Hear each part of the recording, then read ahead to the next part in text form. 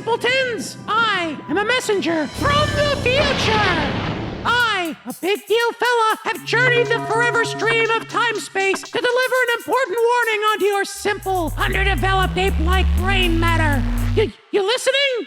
Good! What lies in the immediate future is a game that took two doofuses 50 episodes to get to. 50! And let me tell ya, it ain't pretty. If you're squeamish, or watching with small children, or large children, or out-of-town acquaintances, or sentient pets, well, don't watch. Yeah, go check your gutters or something. Why? Because two losers that waste money on terrible video games are about to talk about a title nobody really wants to hear about anymore. You've been warned. Oh, it didn't take. That happens sometimes. It's embarrassing, but I think they make pills for that. Sonic the Hedgehog. Okay, wait. Whoa. Dude, really? Yep, really. Okay, well, Sonic the Hedgehog is a speedy mascot platformer developed by Sonic Team and released to the 16-bit Sega Genesis in 1991, and should I go on, or... Oh no, keep going. I'm not stopping you. Okay, it's the first release in one of the most famous game series ever, a platformer renowned for brisk momentum-based movement. It's about collecting golden rings, traversing multi-tiered stages, getting the jump on mechanical foes, and saving the natural world from the evil Dr. Robotnik, aka Eggman. Right you are. You realize Sonic the Hedgehog is a title that sold millions, reviewed well, and became the flagship release bundled with the Sega Genesis, right? A big console. Huge console at the time. Totally. It's a game that embodied an inspired 90s cool, a title that wedged a competing platform into a Nintendo-dominated game space, a release that launched its hero to such heights that he became ubiquitous with Sega. Dozens of sequels, spin-offs, special appearances all started with this game. Sure, I mean, he officially showed up as a windshield trinket first, but I don't think anyone's gonna argue that Sonic's popularity really started here. Right, it's the catalyst for comics, TV shows, blockbuster movies, the kickoff to globally recognizable characters, the inspirational start point for generations of creative output, including other well-received games. Yup, you can mention the dozens of other bodacious animal mascots that popped up in the game's wake. Come on! And I think you've roughly summed it up. The title was very influential. Well then, with all that, I gotta be blunt. Dude, Sonic the Hedgehog is not a bad game. Yeah, I'm pretty sure it is. No, it isn't. Oh. Yes, it is. No, not that one! Sonic the Hedgehog is a 3D platforming adventure game. It was developed by Sonic Team and released to the Xbox 360 and PlayStation 3 in 2006. The game's release here, as well as the game's copycat titling, has seen this release casually known as Sonic 06. You did it, you goof, you freaking maniac! We finally have to cover it. About time, too! This is without a doubt the most requested game we've ever had for the show. We've gotten messages from YouTube, Discord, social media, postcard, carrier pigeon, skywriting. Wow, that must have been expensive. It really never ends! Anyway, though this title shares its name with the 1991 2D platformer, Sonic the Hedgehog 2006 is a very different game. One that was always an inevitable entry in this show. Can you tell us why exactly we needed to cover this, Adam? Well, Shane, because Sonic 06 is one of the most notoriously ungood games ever. One glance at any mainstream review and you'll see it. Sonic 06 did not wow critics. Critics? Heck, Sega's own social media accounts seem to think this game is of questionable quality. At I'm Quite Good asks, has Sonic 06 finished loading yet? Some people say it's still loading to this day. Here I thought it just never happened. Oh, yikes. Look at this. I mean, if that's not saying something, I don't know what is. So, the famed Blue Blur launched full tilt in the early 90s, only to spin dash off a cliff in the 2000s. Is that about what we're gleaning here? Yeah, and as much as I hate to admit it, we can't know just how poorly this game stuck its landing until we get our hands on it ourselves. You know what that means, buddy? It means it's time for us to play the first Sonic title we've ever played in this series. Oh, I think you're forgetting about that racing game we played, Sonic R.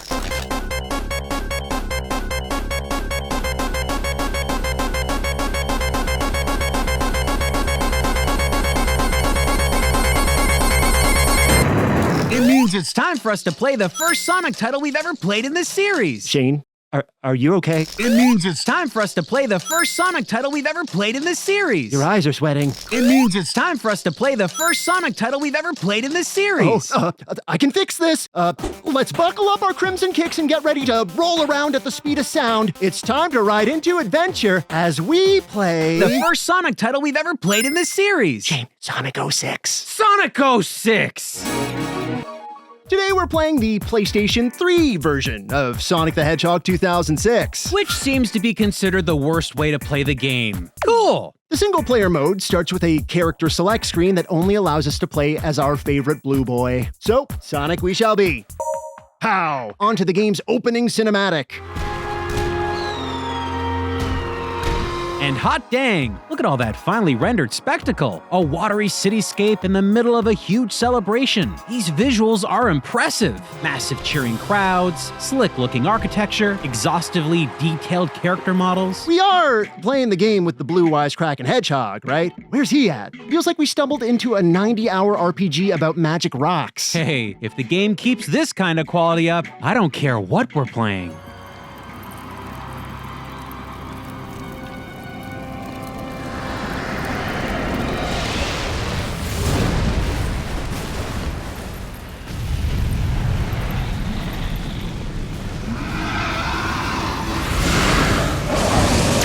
This is a good time to remind everyone that this is an entry in a series that includes Charmy Bee and Vector the headphone-wearing crocodile.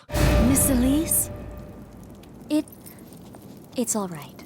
Never mind all that fiery doom and gloom. Turns out what we saw was some kind of horrific daymare. And we learned that Feathers McFloaty Float has a name. It's Elise. Son of Soliana, guide and watch over us with your eternal light.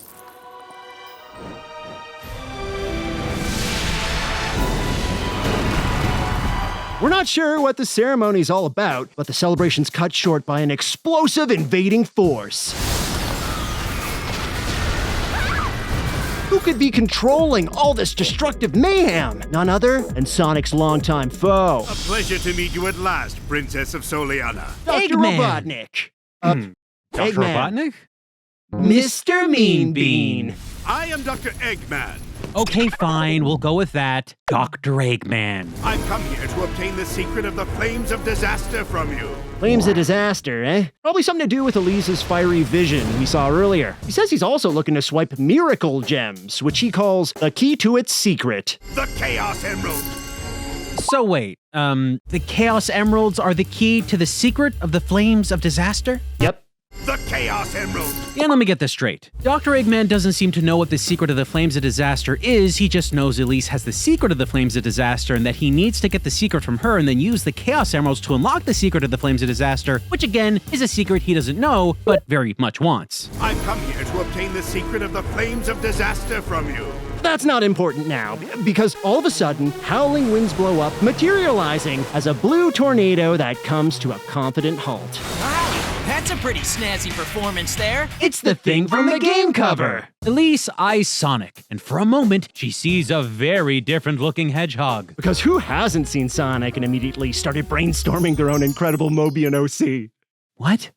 Nothing? Sonic stylishly dispatches Dr. Eggman's forces, hoists Princess Elise in his arms, and scrambles the heck out of there. All under the gaze of that same mysterious hedgehog Elise envisioned moments ago. Who is this guy? I finally found him. The Iblis Trigger. Don't know who you are, Mr. Onlooker, but you're not the only one that can make up words. Idris Elba. Shane, that's, Shh. Let me have this. And that's our opening cinematic, a coating of gorgeous animation poured on a heavy wad of plot confusion. Here's hoping they make things simpler to digest soon. Why are you helping me? No special reason. Don't know if the story will get any easier to handle, but I'm struggling to cope with these visuals. Even by 2006 standards, this ain't a looker. This is what we're dealing with in-game. It's the antithesis of all the incredible sights we just saw. Why are you helping me? No special reason. It's like comparing the wrapper art of a Sonic the Hedgehog ice cream bar to an actual Sonic the Hedgehog ice cream bar. Oh, I make the poo-poo green. I mean, I thought Sonic looked off with his enormous eyes and side mouth in what was otherwise a relatively realistic setting, but the general quality let me shrug it off. And then you cut to this. Why are you helping me? No special reason. There's no denying we've got clashing designs here. Stiff-looking models that feel kinda stitched together from different video games. Luckily, we don't have to dwell on that long. Sonic!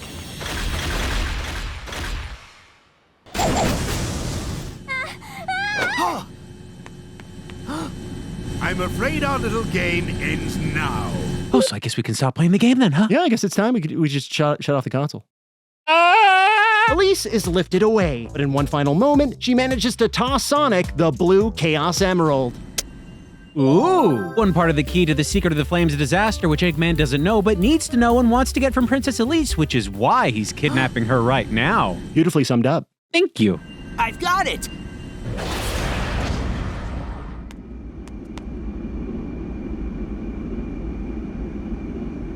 Think Sonic should, I don't know, chase them down or something?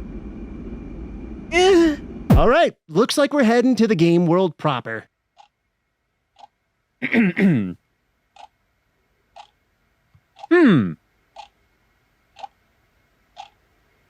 game sure is taking its sweet time loading up. Must be preparing a huge slice of Soliana for us to seamlessly traverse. What's Eggman up to? I need to gather some information. Hold up, wait. The sun's out? It was the dead of night in the last scene. Did Sonic take a nap while the lunatic flew off with the princess? Priorities, man. Work on them. Anyway, here we are, plopped in Soliana. It's, not looking the greatest. Don't get us wrong. Neither of us expect 2006 in-game graphics to be on par with something like that opening cinematic, but this is looking a little sloppy. Sloppier than me. My bubblegum eye. Wouldn't be a problem if we were tearing through the stage like a blue bullet and naturally learning Sonic's moveset, but the first moments of gameplay aren't getting us up to speed on the action. In fact, it's slowing us down to a crawl. We need to learn about Eggman. What's Eggman up to?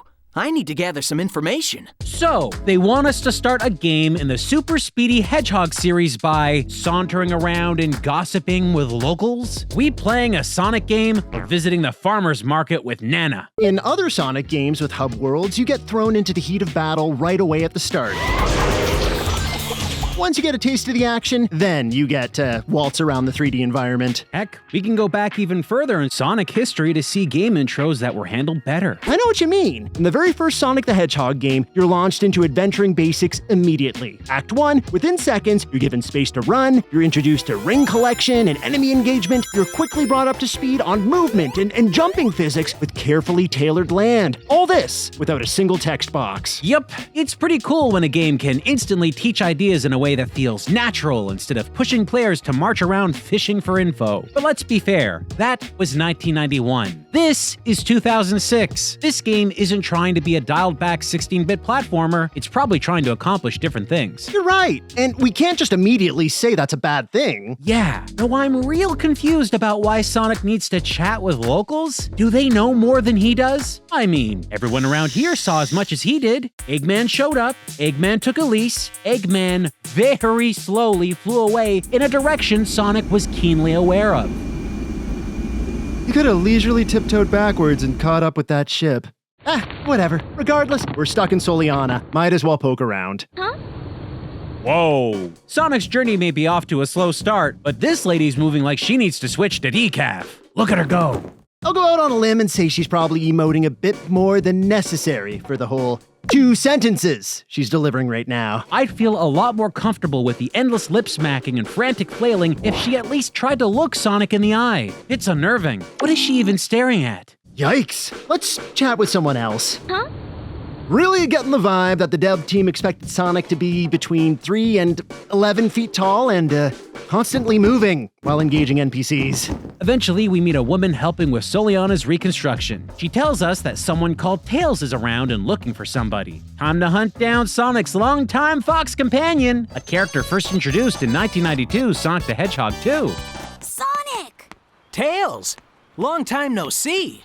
I heard that you tried to save their princess from Dr. Eggman. That's, an interesting approach to lip sync. I heard that you tried to save their princess from Dr. Eggman. Tails says he's heard all about what's happened in Soliana. He's all hopped up and ready to rip the evil doctor a new one. I'll do my best.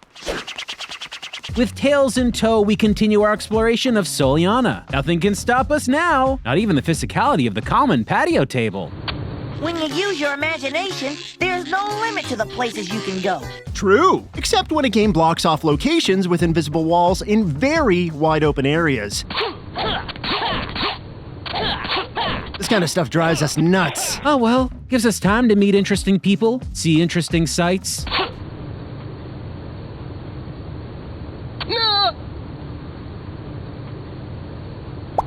I think we're gonna like it here. Can't say the same for Tails, who appears to be unresponsive. What even happened here? Tails? Tails? Eventually, we hear about something suspicious going on at a nearby beach. We're pointed in the right direction, and we're itching to get into proper badnik bashing gameplay. But turns out, Sonic's not much of a swimmer. All these years and countless water hazard levels this blue guy has encountered, and he still hasn't learned how to doggy paddle. Sonic, there's a nice store in this town. It might help you find a way to cross the sea. So we backtrack and hunt for the town store, which has an enthusiastic old man loitering out front. His name is Alberto Robert. He's a shoemaker, and he's dead set on creating the world's ultimate footwear. And lucky us, he wants Sonic to test them out. Let's give it a shot. Huh. Another load screen. Sure is taking a while. Figured we got most of the loading out of the way when we entered Soliana. What gives? Come on. It's taking forever. Up there, finally. Looks like we need to mosey through some rings. Let's see what Alberto's fancy Crocs can do. Another load screen? It was 3 seconds with Alberto telling us to go through rings. He literally could have said that when we first accepted this freaking mission. Go through all the rings in time. Oh, thanks, game. Not like you just loaded a scene telling us that. Is this a movement tutorial? What is the game even teaching us here? It's just running through staggered rows of hoops. How did this teach us anything we didn't already know by walking around already? Another load screen? Why? What is so demanding about a few orange rings? Why are we confronted with non-interactive holdups to gameplay multiple times? Guess the game needed a moment to properly render Alberto's enthusiasm, which is through the roof. Look at this guy. He's so excited, he's practically making eye contact with Sonic. Yeah! Anyway, mission accomplished. We're graded on our performance, handed hundreds of golden rings, and then... loading. Again! Okay, let's see here. Roughly 18 seconds of loading after accepting the mission, another 14 after getting a totally necessary message from Alberto, 14 more after literally and figuratively jumping through hoops, and another 20 to wrap the whole thing. What's that give us? Well over a minute in 4 separate load screens for about 30 seconds of gameplay. Congratulations, game. You've done everything possible to bog down a character described as... With the test complete, Alberto gives Sonic his special shoes free of charge. Shoes that, by the way, look exactly like the shoes Sonic has already been wearing this whole time. So not a dang thing has changed at all. What was the point of any of that? We chat with the owner of the store next to Alberto. He's got one thing for sale, a light chip, which we can now afford thanks to all the rings we earned doing the hoopy hoops. So maybe Alberto's kicks allow us to add powers to our shoes? Maybe that's new? Do we get a tutorial on how to use this new ability? Nope. Instead of teaching us an ability we don't actually know how to use, we were instead taught the mystical, not very lost art of jumping through ringalos. This game is starting real rough. Well, now we have the light chip that binds with Sonic sneakers to allow us to use the light dash ability, a move that lets you travel through a trail of rings. And we know just where to find one of those. Right next to the beach! Hey buddy, do you know how to use this here new ability? No. Neat. Oops, silly us. Looks like we missed this floating question mark icon. It says we can activate the light dash with the square button. Let's just... Okay. Got it. No! No! Come on, we can get this. Ha! There! Seamless! Anyone seen Tails? I think he drowned. This is the mirror of Soliana. Oh, look! Tails isn't dead anymore.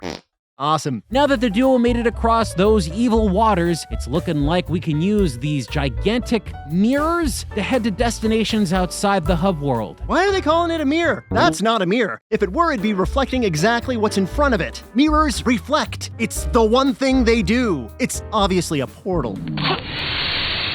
If we can't trust the game text to properly describe things, we could be in more trouble than we realize. This level's called Wave Ocean. Sonic can finally follow the egg carrier here. Remember that whole thing we were originally supposed to be doing? Oh, wait, hold up. We got to load for half a minute. When are we gonna see some high-speed action? I'm freaking falling asleep here. I've got to hurry and save Elise. Okay, loading's done, and at long last we got ourselves a real deal level. Although this is mostly playing itself. But see, here's that loop-bounding, road-shredding Sonic gameplay we've come to expect. And then we snap back to reality. This is what the game wants to be. And this is what the game really is. At least we're able to take out some of the game's first real enemies. You can perform a homing attack with a bit of slowdown and some wonky physics. But hey, bad guys dusted. By the way, if you're unfamiliar with the series, the gold rings you're seeing us scrap aren't just a currency to buy shoe enhancements. Traditionally, they're part of Sonic's health system. If an enemy's attack hits, rings explode from your character, leaving your reserves empty. You can try to recollect some, but they vanish quickly. This was a neat effect and design for its time, giving players that acted fast a quick way to retain some of their scattered rings. As long as you had at least one single ring, Sonic could always get back up. Take a hit with 0 rings, though? You're a goner. Looking at our surroundings, I gotta say, it's pretty cool to be traversing this big, vibrant space. It really feels like a tip of the hat to Sonic's history of bright, tropical starting stages. Beginning acts, especially in the series' infancy, mostly had very chill, sunny, summery vibes. They also served as a kind of smooth, explorable playground, a way to get used to the speed, weight, and combat of the series. Sure, there were enemies, obstacles, and literal pitfalls, but the difficulty was dialed low, so players felt like they could explore. That in mind, coming back to 06? Whoa! I don't know, man. It's hard to shake the feeling that things aren't quite working the way they should be around here. Yeah, I'm feeling it too. We're taking a pretty straightforward approach to getting through this first level, and still, we're coming across a lot of issues hampering our progression. Things that feel detached from actual skill. Controlling Sonic while he skims the water at top speed feels like it shouldn't be anywhere near this frustrating. It's shockingly terrible. Not a great way to ease players into the fun of a game. Taking a breather to poke around the level more, we start noticing strange quirks we gotta talk about, like these energetic dolphins, who appear to be diving in just a few inches of water. The intensity of the bottlenose knows not limitation. The creature shuttles and pierces the clear boundaries of man-made Mother Nature. It finds brief solace in the cold ambiguity of the unknown, only to be birthed once more to the land of the absurd. Their perpetual double-sided continuance recalls the yanking duality of another fascinating beast, the werehog, which was my nickname in college. Okay. Here, Sonic has some issues hitting a launch pad properly. No worries, that won't stop the blue blur from navigating the loop and totally breaking gravity? Oh boy. Why is this happening? As we progress through this action-centric course, a glaring lack of polish becomes more and more apparent. We hit a sequence with a disgruntled orca. Whoa, that's a big one. This is a not-too-subtle callback to a thrilling moment in an older 3D Sonic game. But where that Orca sequence keeps Sonic's character model in frame, this one doesn't. The camera struggles to stay connected with the action. It's genuinely disorienting, and it's capped off with a quick time jump prompt that first-time players are likely gonna fail. Jump! When you do keep Sonic from plummeting into the sea and flipping out of reality, Sonic will successfully leap plank to plank with a few quick button presses, finally clinging to the Orca's dorsal fin for dear life. Tails, go ahead and push the gate switch so he doesn't get out. Okay, Sonic, I'll be right back. Cool, we get to play as Tails now. Our little fox pal has the power to fly for short periods of time, and also attack enemies by lobbing ring bombs? Rings that you seemingly can't pick up? They put rings in a Sonic game that you cannot collect? In a Sonic game? Ah, totally not confusing at all. So let's say Tails attacks with a ring bomb, but also takes damage from an enemy. Tails loses his rings while also surrounded by fake rings? You can't tell which are your rings to collect and which are the stupid rings you exploded all over the place. This is dumb. Why would they make this attack a thing at all? Fake rings are a ridiculous thing to put in a Sonic game. Don't forget about the rings we dashed through to get to Wave Ocean. Wait, what was wrong with those? They were real rings, right? Nope, we got audio and visual cues that we were, in fact, collecting rings, but they didn't register in any kind of ring count anywhere. Am I getting rings? Am I not? It's a mystery. What is this lunacy? Nobody should have to question this stuff. Maybe other Sonic games also had ring bombs. Maybe they also had fake rings. I don't care. All that jank combined together here, this is not fun. As you can see, they make a space feel incredibly busy very quickly. But back to the task at hand. Our boy Sonic is apparently still riding an orca like a bucking bull. Tails, help! I'm gonna die! And if you don't help him in time, you get a painstakingly slow cutscene of the orca taking Sonic out to sea, flipping through just about everything. If only he learned how to swim. Tragic. If you do manage to close the gate in time and keep Sonic from clipping through the physical world, it's on to the next part of Wave Ocean. Darn, we're not gonna make it. Let's speed up. Our favorite hero does what he does best. He runs forward. Perpetually? The manual calls these super speed stages. In so many ways, we weren't ready for super speed stages. We weren't ready for positional controls that feel this rigid. We weren't ready to ping-pong off level assets without losing momentum. We weren't ready for Sonic to hover away from objects he should be touching. We weren't ready for the camera to randomly shrug and give up on us. We weren't ready to fly off the same section of loop over and over and over again. And believe us when we tell you, we really weren't ready to lose our last life here, forcing us to restart the game. Oh, you heard right. The automatic save prompt in Wave Ocean, as elusive as the Chaos Emeralds. After dying and being queued to reload, check out our completion rate. 0%. Glass half full, we can watch the opening cinematic one more time. Glass half empty, everything after that cinematic. What's Eggman up to? I need to gather some information. So, once again, we find Tails, we test shoes, we ride rings, we grab Finn, we fling fakes, and we rescue a hedgehog from janky open waters. This time, things go much more smoothly. We credit this to a way of thinking that we adopted over time, a framework we were forced into. We call it 06 Brain. We define 06 Brain as a playstyle that naturally shifts to compensate for dreadful gameplay. Think of it like how a hand naturally recoils when placed on an open flame. See, because we keep getting frustrated by bad mechanics, clipping, jank, and troublesome controls, we instinctively play to mitigate experiencing these things. Wouldn't you? We go out of our way for the path of least resistance. We don't explore. We try not to make contact with world assets or enemies. We quit trying to move Sonic around unless it's entirely necessary. You get it? The pain of Sonic 2006 teaches us to do less. With our brains calloused by this section's irritating jank, we properly position ourselves for the loop of death, try not to manipulate controls, and finally wrap the level. At last, with the act cleared, we're given a prompt to save our game. And we've never overwritten data faster.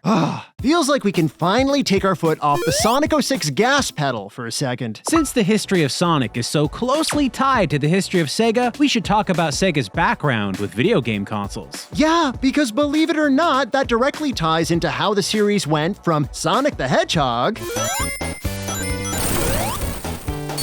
to Sonic the Hedgehog.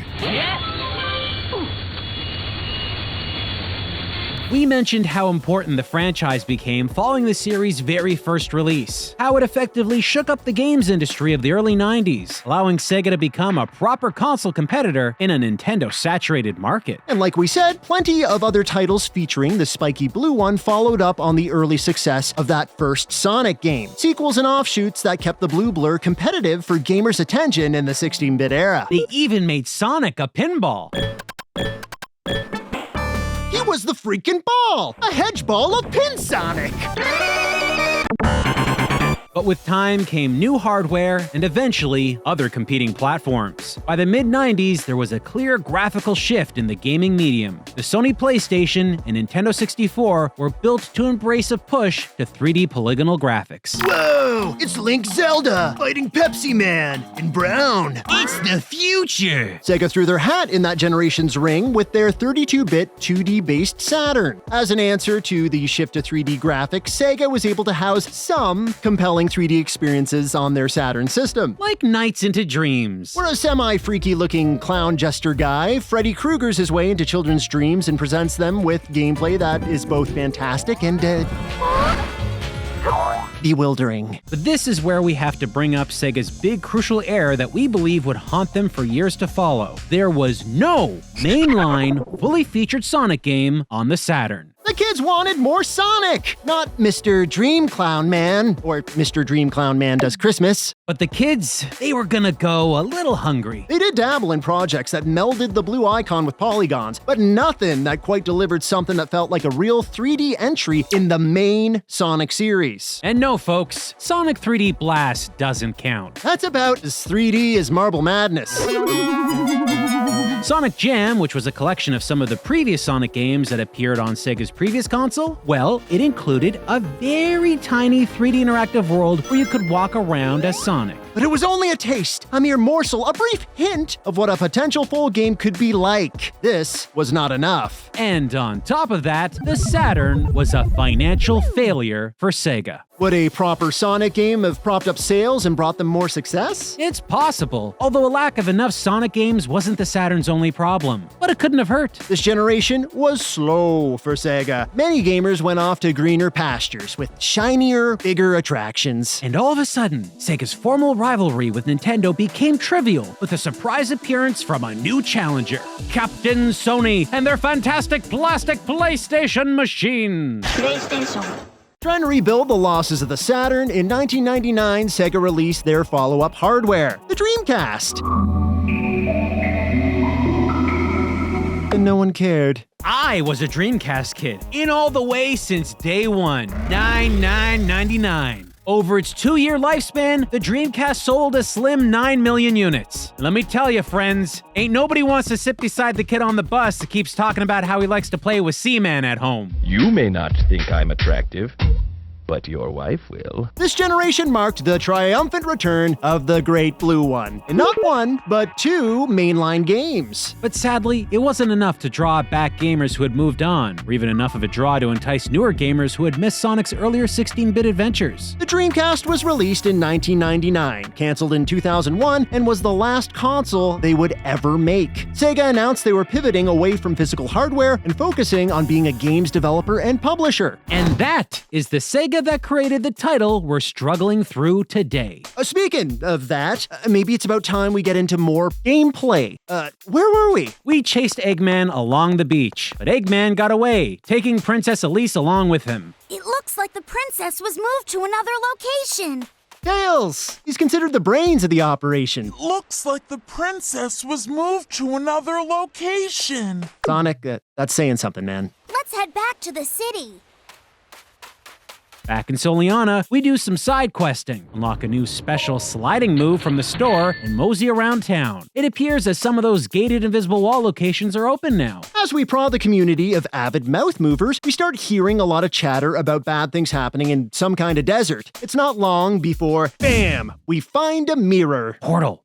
Yes, it's a portal. Only problem? It's being blocked by guards that say we need permission to enter from someone named Lord Regis. Is anyone that looks like a lord around here? Yes. Turns out Regis' daughter is stuck on the roof of a building somewhere. No problem. Sonic's on the case. Tails? Couldn't make it. And that is that. With Regis' daughter safe, he's in our debt. Should be good to get into that desert location now. Hold on, Sonic's gotta do something first.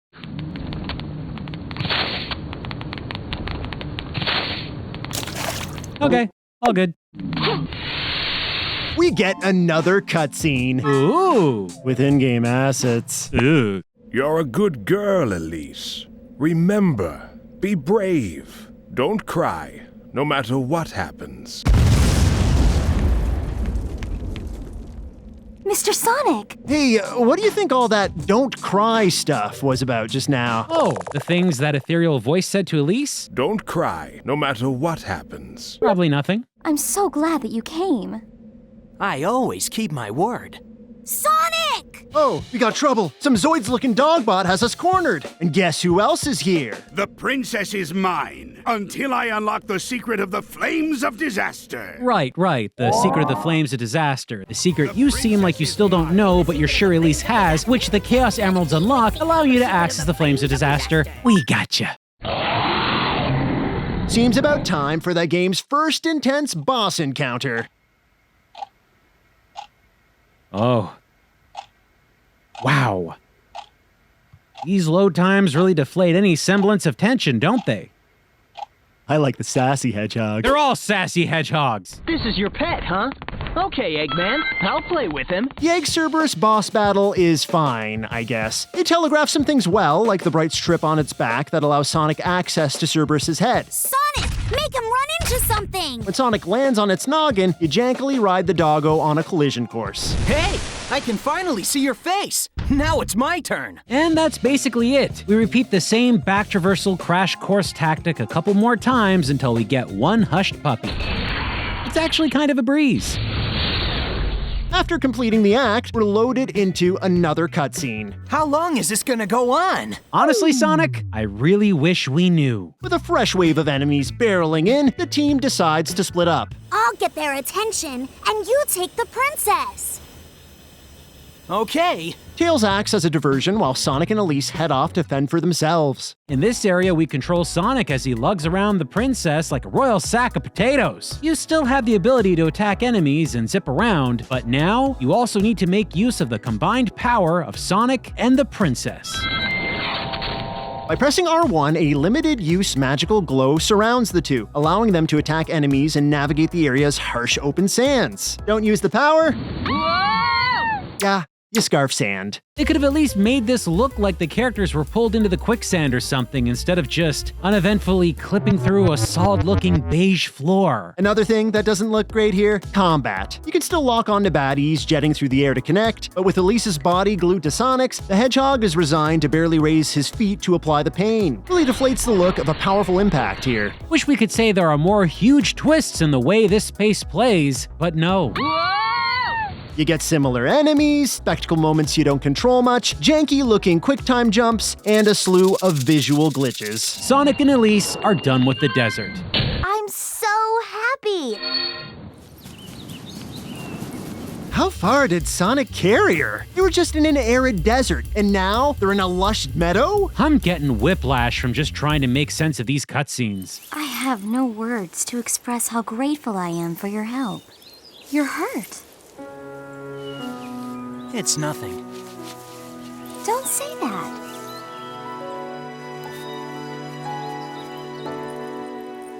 I'm sorry. It's all my fault. What'd she bandage up? There was nothing on his arm. It's nothing. And where did she even get that bandage in the first place? If they were going for more realism with this game, maybe characters magicking items from nothing to help mend nothing It's nothing. wasn't the direction to take. Oh, and speaking of the realism, it's already been said, but it begs to be repeated. Look at these characters. Go out on a limb. Say they're from different dimensions. Fine. Even then, the contrast in these designs is ludicrous. For a game that seems like it wants their companionship taken seriously, this looks amazingly dumb. I'm sorry. It's all my fault. Smile. Such sage word. Sonic basically asks Elise if she knows what the heck is going on, and she explains that the flames of disaster are the wrath of their sun god Solaris, and that 10 years ago, the flames almost destroyed Soliana. But whatever happened, it took her father's life. I lost my father then. So, how does our hero react to Elise's somber memories and the planet's inevitable doom? Sonic! Sonic! Wait! I can't run that fast. Don't worry. Just raise your head and run. That's the spirit, Sonic. Let's all run away from our problems. Nothing starts until you take action. If you have time to worry, then run. Okay, I think there's almost a constructive message in there somewhere. It's nothing. With all that to mull over, guess we're heading back to Soliana.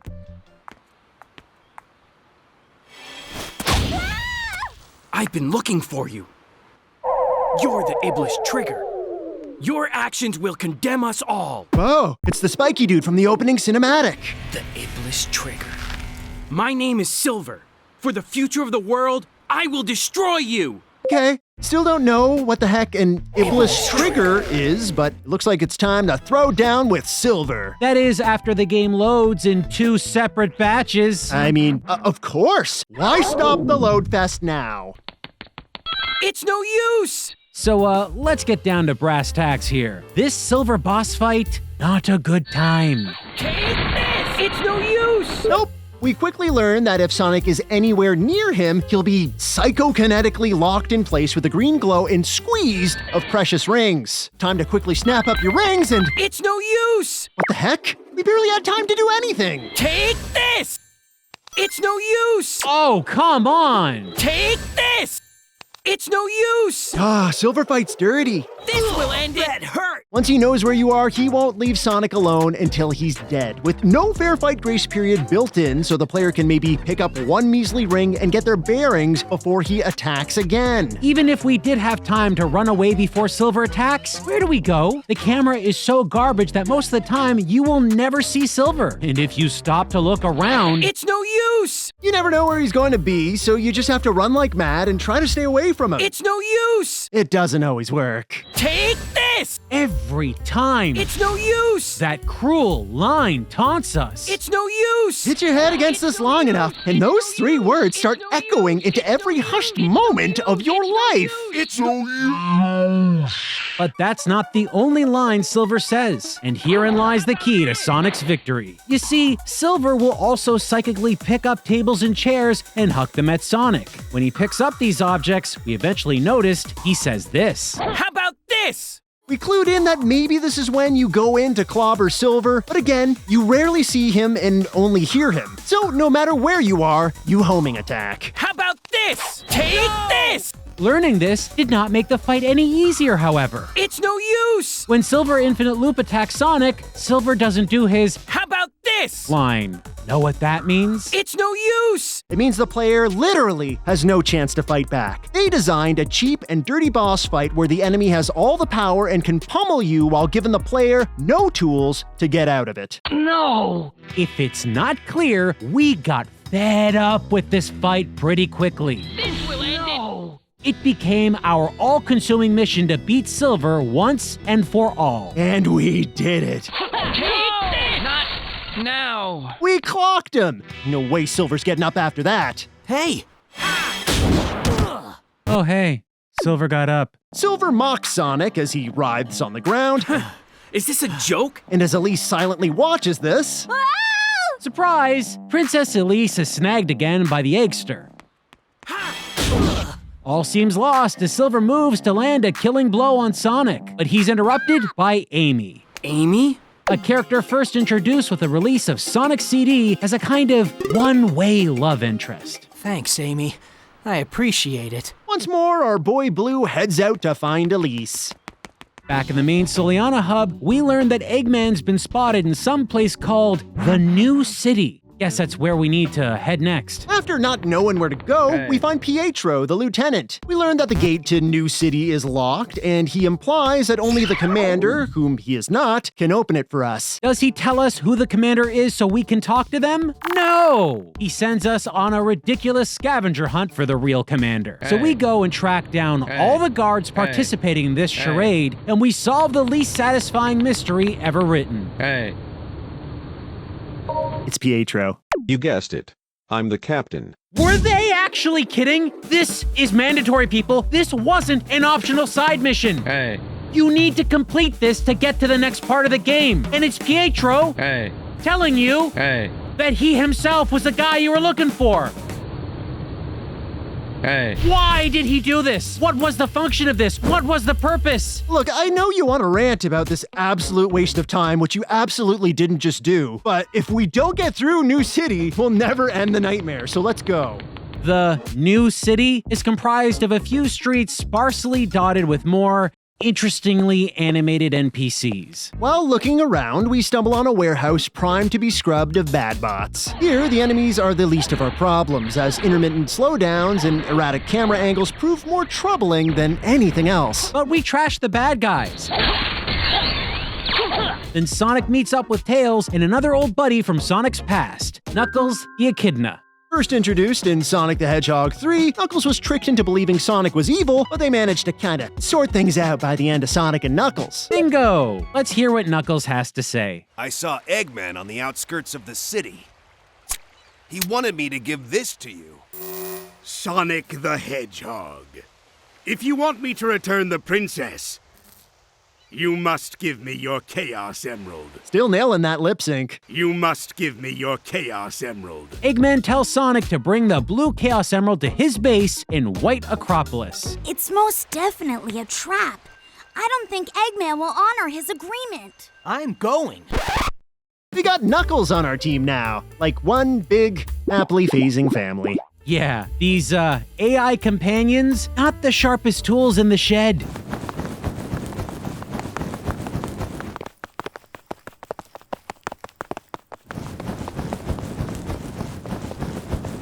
We do our best to wrangle Sonic's crew, and then it's off to find Eggman's base in White Acropolis. A base which is, apparently, at the bottom of a snow-covered mountain range. Know what that means? Yeah! A snowboarding segment! And not just any snowboarding segment. The worst snowboarding segment we've had the displeasure of playing.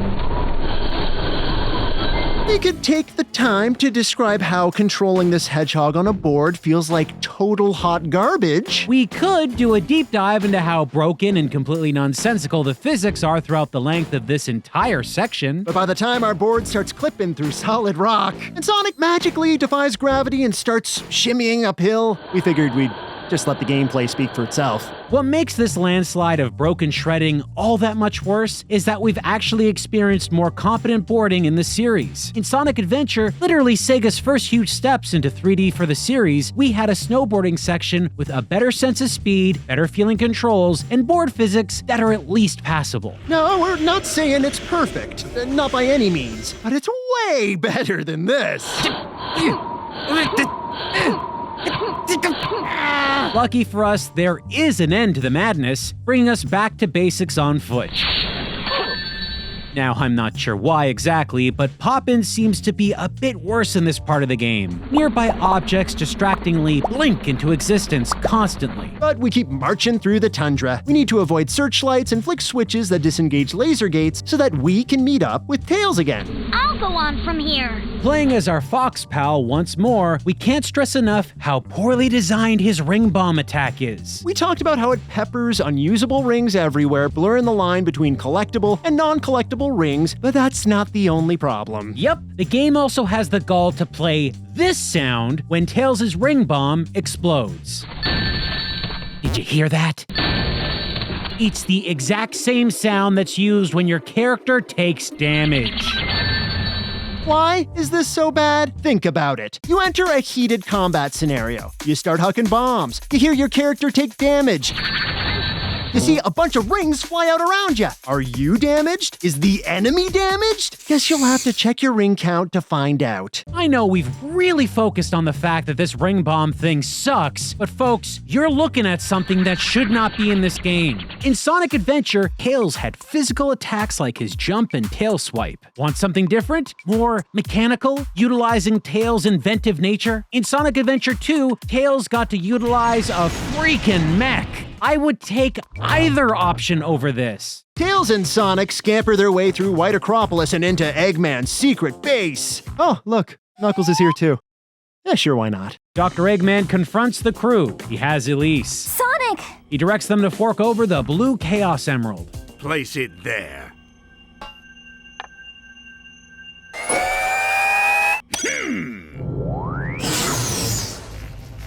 Huh? What? Now, allow me to introduce you to my latest creation. This is the Solaris prototype.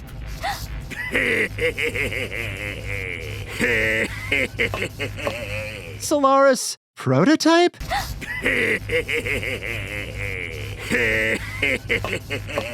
Wait, Elise said Solaris is Soliana's sun god, right? Did Eggman name his machine after their god? Is the Solaris prophecy Elise spoke about somehow linked to this machine?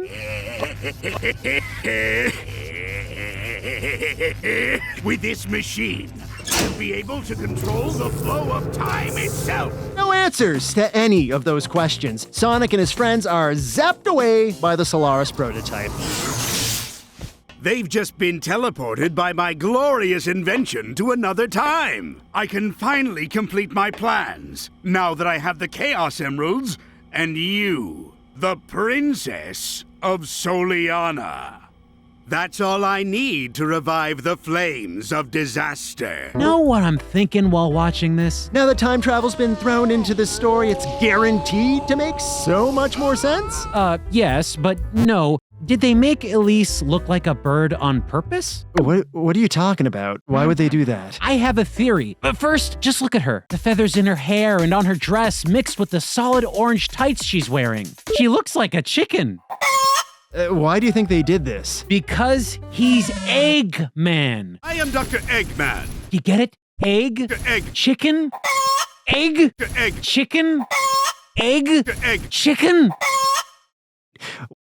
That is so stupid. I didn't write it. I only noticed it. Meanwhile, on the other end of Eggman's time machine...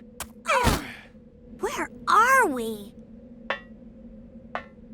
Oh, look who's here. I didn't expect to see you guys. Rouge! Shadow! Hi, long time no see. Hold on, can we stop for a second? Sure, what's up? I know who these characters are. Do you? Yeah, totally. Rouge the Bat and Shadow the Hedgehog debuted in Sonic Adventure 2. They're anti-heroes that share a tumultuous past with Sonic and his buddies. Rouge! Shadow! Okay, so here's my problem. We've been playing these games forever, and we're familiar with all the colorful critters we've crossed paths with so far in Sonic 06. Right, Tails, Amy, Knuckles... Here's the problem. Have you noticed we've gone out of our way to add context to these cameos? Describing other games these characters popped up in? Their past relationships with Sonic? Yeah, I figured that's best for folks that aren't familiar with the Sonic series who might be confused by a bunch of random creatures pushed into the story. Exactly. But why do we need to do that? Shouldn't the game be doing that already? In a series that had been going strong and consistently for 15 years? I don't think so. They could probably anticipate most players would know some of these characters, but the Sonic series hadn't been consistent since the Sega Genesis. Exactly. We had the Saturn, which had no mainline Sonic game, and the console itself also happened to be a failure in North America, splintering the Sega fan base ahead of the Dreamcast. More or less setting the Dreamcast up for disappointment. But do you know what the best-selling game on the console was? Sonic Adventure! Oh yeah! This is happening! Finally, a proper Sonic release built from the ground up in polygonal 3D. It featured a great world to explore, multiple characters and movesets, wonderful music, and translated the speed of the classic 2D entries admirably into 3D locales. It really went above and beyond previous attempts to get the Hedgehog out of the second dimension. It was a critical success, so much so that it spawned a sequel, Sonic Adventure 2 in 2001, another very well-received entry for the Sega Dreamcast. These two games proved to everyone that Sonic could still be relevant for modern gamers. That quick-styled, fast gameplay from the two-dimensional era was worked out and translated wonderfully in a fully explorable, three-dimensional world. These experiences for their time were highlights for the Dreamcast. Personally, I still consider them must-have games for anyone looking to try out the Dreamcast to this very day. Unfortunately, despite these titles being heralded for the system, they did not save Sega's struggling Dreamcast platform. In fact, the console was discontinued the very same year Sonic Adventure 2 was released. Any remaining Sega and Sonic fans, like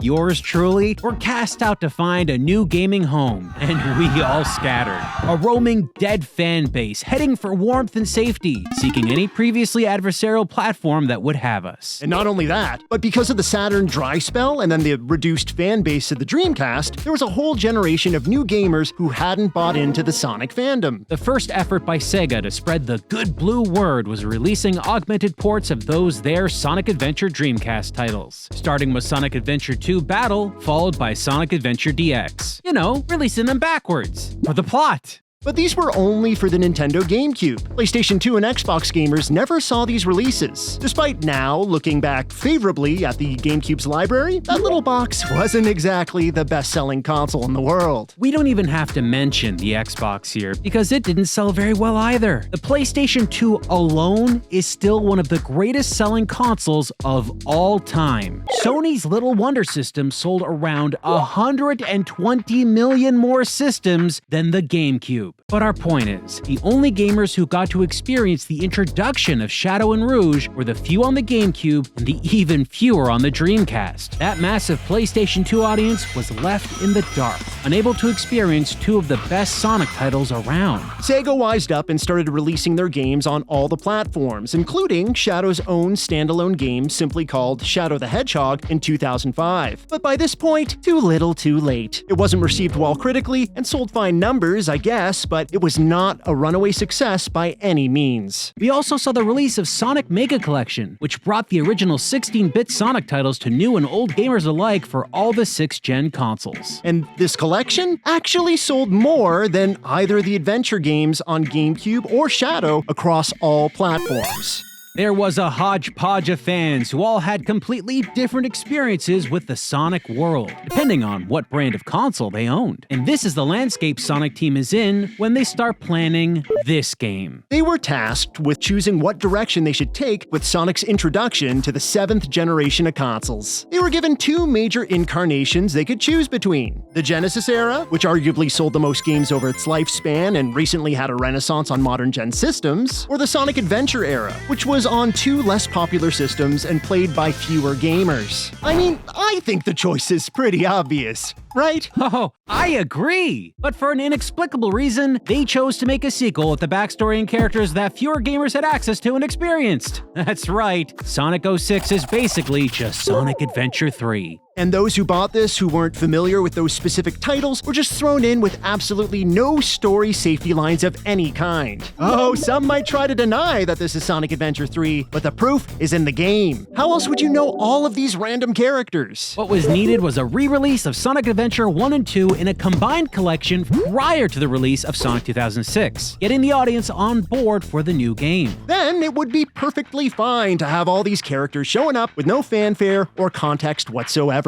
The name of the game, Sonic the Hedgehog, makes it seem like it's a clean slate that any gamer can pick up and have fun with. But no, there was required reading, released years previously on completely different console ecosystems. That clean slate you mentioned might have been a better way to go. They should have made this new game a series reboot. Things got weird after Dreamcast, so take a chance to bring everyone in on the same page again. It's funny though, because people do call this game a reboot or even a soft reboot, probably bred by quotes like this one from Sonic 06's chief game designer, Shun Nakamura. At the proposal level, it was Sonic the Hedgehog from the very beginning, because it was a title that would give users a sense of anticipation for the new Sonic that had been reborn, and a title that would allow the development staff to create better works while feeling the weight of the title. But when you read other quotes about the game, it's clear they didn't mean reborn as starting from scratch. They meant fresh and new, not your grandpa's Sonic game. Like this interview with Shun Nakamura and Masahiro Kumono by Team Xbox at E3 2006. The past few games have been like Sonic Heroes or Shadow the Hedgehog, which have gone off in fairly different directions when you compare them to the rest of the Sonic franchise. The core concept in this case was returning to his roots. What makes him so popular? What makes him special? And a large part of that answer is speed. Yeah, going back to the series' roots is not the same as restarting the story and giving the characters a fresh start. It's too bad because that approach might have made a more accessible game. But instead, we got this. Hi,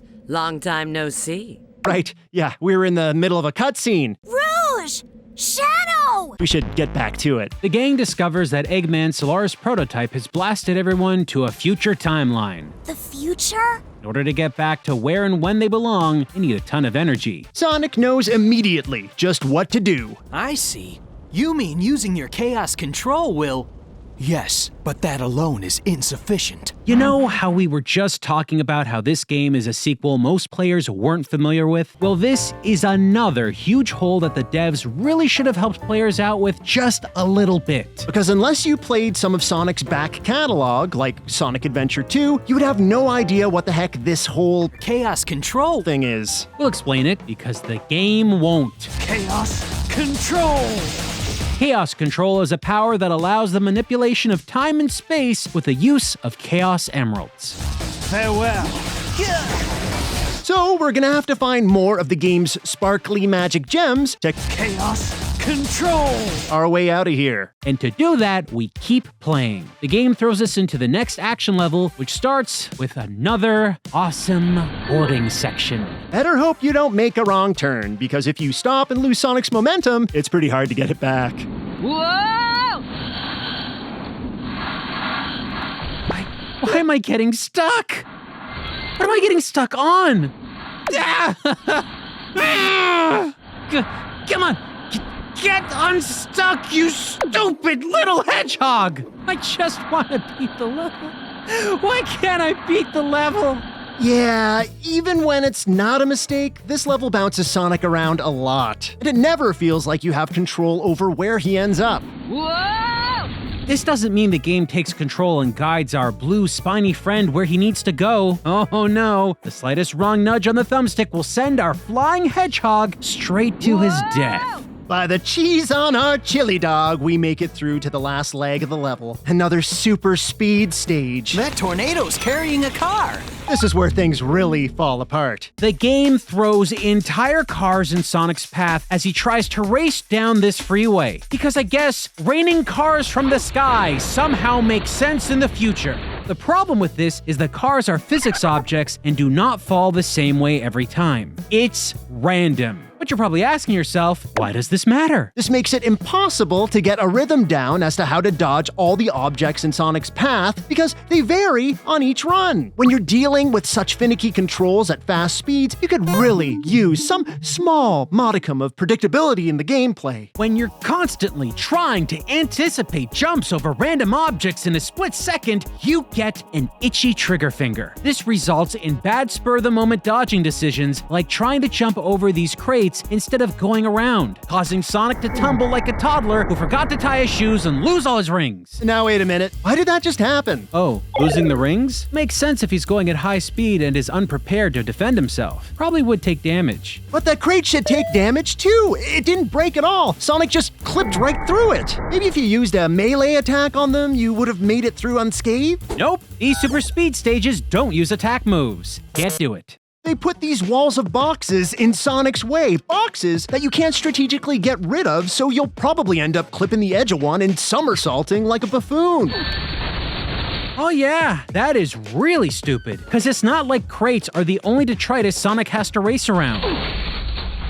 We went hurtling through hunks of rock, metal shipping containers, and huge metal pipes.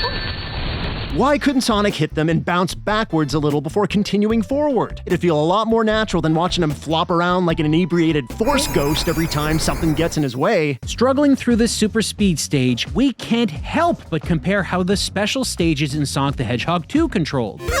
They also have Sonic running forward at super speed, avoiding obstacles, and collecting rings. But unlike Sonic 06, these stages were exactly the same every time. So even if a bomb placement felt a little cheap, at least you could try to memorize it for the next run. The way Sonic moves was also much better. In Sonic 2, your left and right input sent Sonic strafing side to side. Quick, nimble movements. Perfect for dodging obstacles. Sonic 06, when you press left and right to move Sonic, he turns. He doesn't strafe left or right. His whole body rotates in the direction of your thumbstick. Why is this a problem here? Because the controls are so imprecise you will think you're going forward and jump for a ring box, but oh no, you actually weren't fully facing forward, so now you've jumped off the side and you're dead. You think we would have learned from that? No, this happened a few times. And just when you think we're getting the handle on the level, the game switches the cruddy camera on us. The control scheme changes because of the camera swap, and you're left completely disoriented. There was no good reason to do this, and then to rub salt on the road burn, they switch the camera back. I mean, a tire literally hits us mid-camera turn. How were we supposed to avoid that? Just as we're questioning the purpose of this entire endeavor, Sonic finally reaches the goal, and we can move on with what shred of sanity we have remaining. Could it be true? If I eliminate that guy, will our world be saved? The day of disaster. This was when Iblis was freed and his flames were released into the world. And you have this person to blame.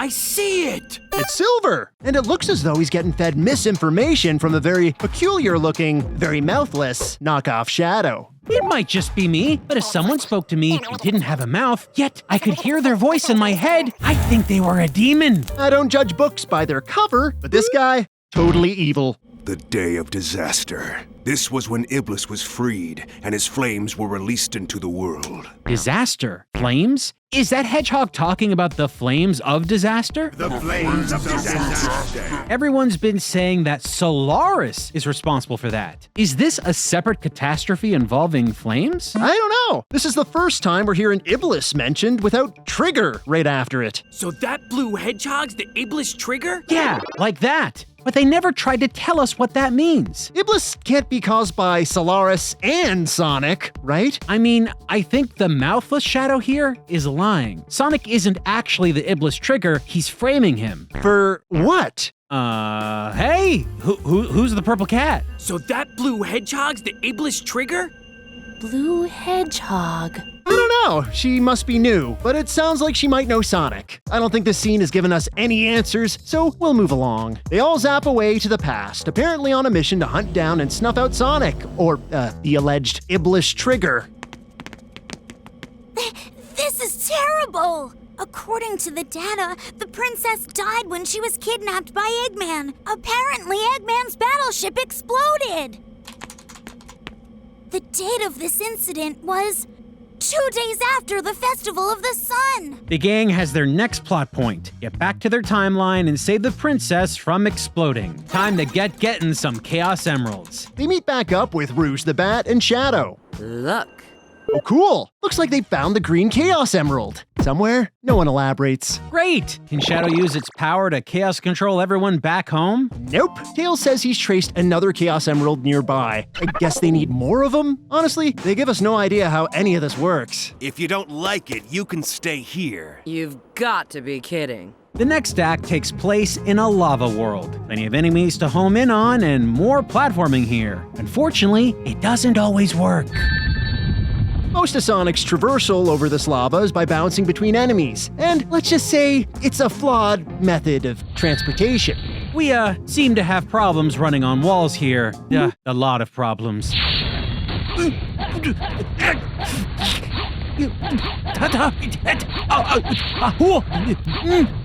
Lived! Oh, hey, and here we get to play as Knuckles. I'll take care of it. But unfortunately, this does not mean we get any new fun mechanics to showcase his abilities. Knuckles attacks with combo-based strikes, but these aren't great. They rarely feel like they connect properly. For traversal, Knuckles has the ability to glide and even climb. They tried to work in the gliding by having Knuckles race around the level in the dark to activate these light orbs. They give some lava monsters for Sonic to homing attack between, and he probably could have done the same level. Probably. And climbing was just barely implemented to traverse this level, but that didn't stop us from playing around with it. Despite being in a volcano, Knuckles is climbing? Not looking so hot here. Sonic! Help me! I'm coming, Knuckles! Got a bit of a situation! And after all that, Rouge coasts in and finds exactly what everyone's been looking for. I found a Chaos Emerald. Don't touch it!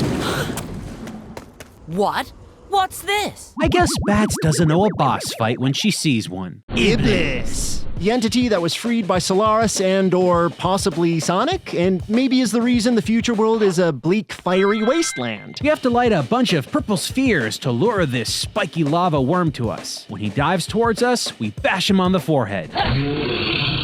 Do it again, and again. Hey, what's wrong? And before long, Iblis takes a dive. With that, the group has 2 Chaos Emeralds, which is apparently the exact number needed for Shadow's fancy Chaos Control time travel ability. Chaos Control! Sonic and pals get a one-way ticket back to Soliana. Ow! Looks like we made it back in one piece. Where did Shadow and Rouge go? Did they appear someplace else? Those two can take care of themselves. Wow, buddy. Not exactly worried about your missing friends, are ya? apparently he'd rather touch garbage that's been lying around.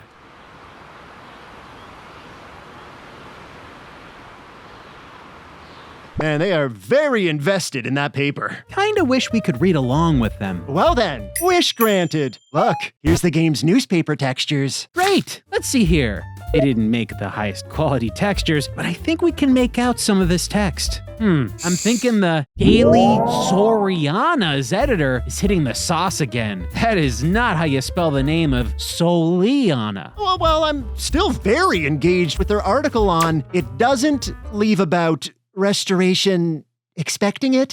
Where on earth does the princess?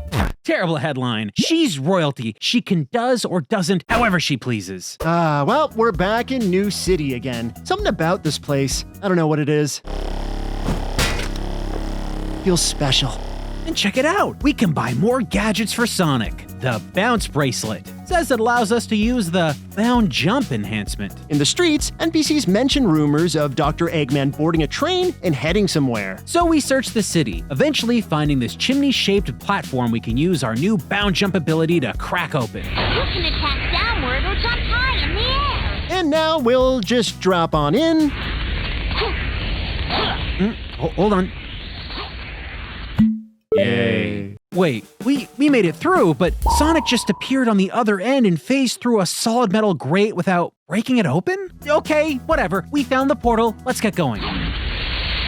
Says here, follow Dr. Eggman's train. Sonic, shouldn't you save the train before chasing after me?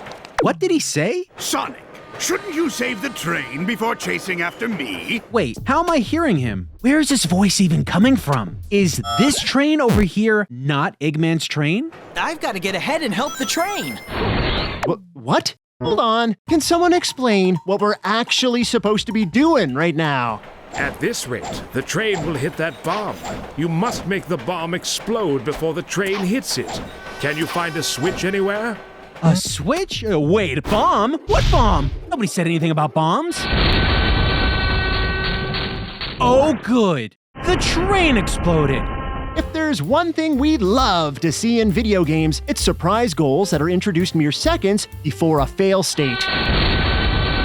So, What have we learned? Basically, we're prepped by NPCs in the game's freaking loading screen to immediately start chasing Eggman's train, which is not what we need to do. At least, not yet. It seems that first we need to save this train, which is just some random train. It is not Eggman's train, which we were prompted to chase. The way we save this train is by getting ahead of it and flicking switches to defuse bombs. But between Sonic and these switches are tons of badniks, glitchy loops, and these cursed conveyor belts that seem to constantly lock up our jump inputs. And keep in mind, while you're scrambling to survive, the train is always moving. If you don't step fast enough, that locomotive goes kablamo. When we finally save the train, we find ourselves in another fun super speed section. We catch up to another speeding locomotive. I would say this is Eggman's train, but I don't know, because we never actually see him anywhere. What we do see are train cars that blink in and out of existence. This is probably done to indicate that they are gonna blow up, but why not make them blink red instead of literally disappearing and reappearing repeatedly? It looks like a glitch. When we're done the level, Sonic is carrying Elise again, and unfortunately, it still doesn't look right. I knew it! I knew you'd return. You had to. You again. This time, there will be no more interruptions. The Iblis trigger must die. Sonic just can't shake this guy. Yeah, this feels a lot like our last confrontation with Silver. But hey, Princess Elise isn't getting kidnapped again. Elise! What? Can we just play Sonic Spinball for the rest of the episode? As long as we get to listen to that awesome options menu music. It's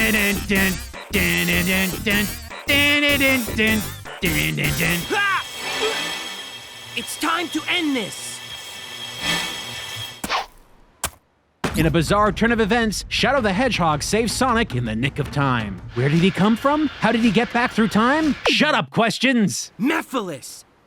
Why are you getting in my way? Silver confuses Shadow for someone named Mephiles, a name we've never heard before. Cool. We can go out on a limb and assume it's the no-mouth Shadow impersonator who sent Silver on his Sonic scavenger hunt. Remember? In the dystopian future full of lava monsters, where Shadow got left behind but somehow traveled through time and space to this exact moment between Sonic and Silver?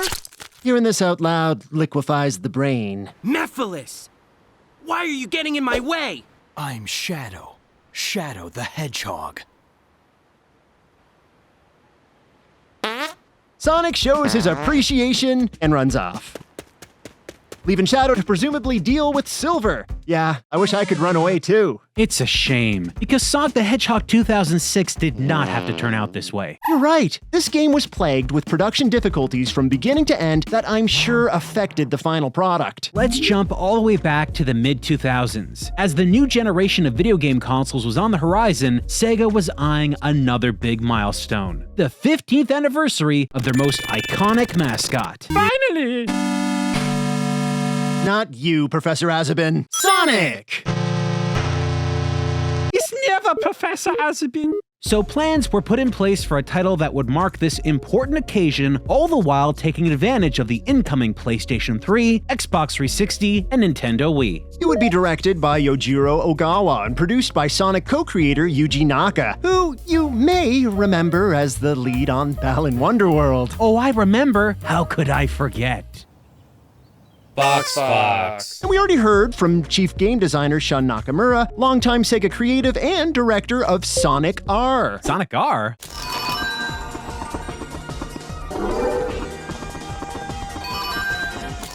Huh, never heard of it. Anyway, this new Sonic project picked up steam at the beginning of 2005 as a 15th anniversary celebration for the series. It would also be a different style of game, one that would lean into realism and offer players a physics system to manipulate objects. This was courtesy of Yoshinari Amake, artist on previous Sega releases like Sonic Adventure 1 and 2, who had been working with a team on a new property. It was also set in a realistic world using an impressive physics engine. That project was shelved and Amake's team was brought over to the new Sonic Anniversary anniversary project. But he didn't leave this bold idea of the physics engine behind. Not long into development, things started to shake up for Sonic. One of the biggest factors? The team at Sega got their hands on a Nintendo Wii development kit. I can only imagine the looks on their faces when they got their hands on it. Motion controls! Obviously, an inventive new way to control games, but what probably was a bigger surprise? Almost identical graphics and processing performance to the GameCube. They must have been perplexed. Probably. They saw no simple way to port their grand PS3 360 Sonic project over to the Wii's humble hardware. Despite that, they were on the hook to release something Sonic on Nintendo's new platform. So, what did this mean? It meant Sonic Team now had to develop 2 games instead of 1. Director Yojiro Ogawa left the Sonic 06 team to create 2007's Wii exclusive Sonic and the Secret Rings. And he took about half of the dev team with him. Oof! And in another harsh turn of events, Yuji Naka, the producer and early Sonic game mastermind, abruptly parted ways with Sega. No more Papa Sonic? Nope! He strapped his red running shoes and dashed out to go make Let's Tap. Let's Tap. It's a game. Let's tap. Future tapping game. Where you tap your fingers near the Wii controller, like you do on a table impatiently waiting for Sonic 06 to load. Well, having 2 important leads pulled from the project, that was a big blow to the game's development. Shun Nakamura, the title's chief game designer, now became the game's director. It was up to him to deliver Sonic the Hedgehog complete and on time, with whatever Sonic Team staff was remaining. You just have to play the game to know that this team was not given the amount of time they needed to finish this project. I guess Sega wasn't interested in giving deadline extensions. There's a lot of talk online saying basically that Sega refused to delay the game's release and forced the team to deliver for Christmas 2006. We couldn't find any official source for this information, but it's easy to believe, because what other reason would you have for releasing this? If they had just given this game a little extra time, sure, it would have come out after Sonic's anniversary, but it actually might have been a better product. With all that being said, I believe the fate of Sonic 06 was sealed years before it was even conceived. Remember when we were talking about the Sega Saturn? Yeah, and how its poor performance dried up most of the potential interest in its successor, the Dreamcast, ending Sega's console development business for good? Yup, this turned Sega into a software company developing games for third-party consoles. What happens when Sonic's next big title comes around? They're having to design the game as well as learn how to navigate multiple platforms very quickly from scratch. I think this would have been a completely different story if they had been designing it for their own in-house next-gen console, the Dreamcast 2, or whatever the next system would have been called. Sonic Team would have been able to do so much more by making one version of the game for a console they had unfettered advanced access to. But instead, they had to figure out how to best utilize the PS3 and the Xbox 360, 2 very different systems, and then, on top of that, make a whole separate game for Wii. Tilting the Wii remote to the left and right will move you in that direction. Yeah, if Sega had not left the hardware game, then this title might have had a fighting chance. So, Sega's big deal title, the Sonic game incorporating physics-based elements in a revamped realistic setting, the game conceived to revitalize an iconic franchise, was a game with a huge ambition, not enough resources, and hurried to completion by a team that was literally and figuratively gutted. Meaning what we've seen today likely isn't what the creators wanted for Sonic 06's finished release. I say we honor the game that could have been by playing the game we got. Let's dive back into it. I'm Shadow the Hedgehog. It's like coming home. Sonic finds and saves Bird Girl just in time. Sonic! Then we've got a boss encounter with a giant hovering robot called Egg Genesis. That's Egg Mega Drive to you folks outside of North America. This is terrible! Egg Genesis may be the easiest boss fight yet. We mosey around until it leaves its bottom section unguarded, use our bound jump, give it some love taps, and then we stylishly clip through the machine's model. Alright, you're going down! With that boss battle out of the way, we get another compelling moment between Sonic and Princess Elise. Sonic! I'll head into the jungle! Okay. The chemistry between these two, it's something. Terrible! Into our next act, Tropical Jungle.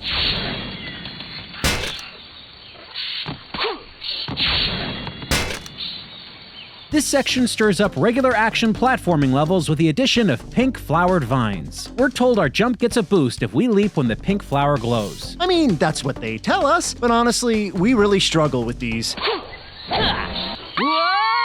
Sometimes we nail it. Other times, Sonic and Elise get a little air and then pathetically plummet.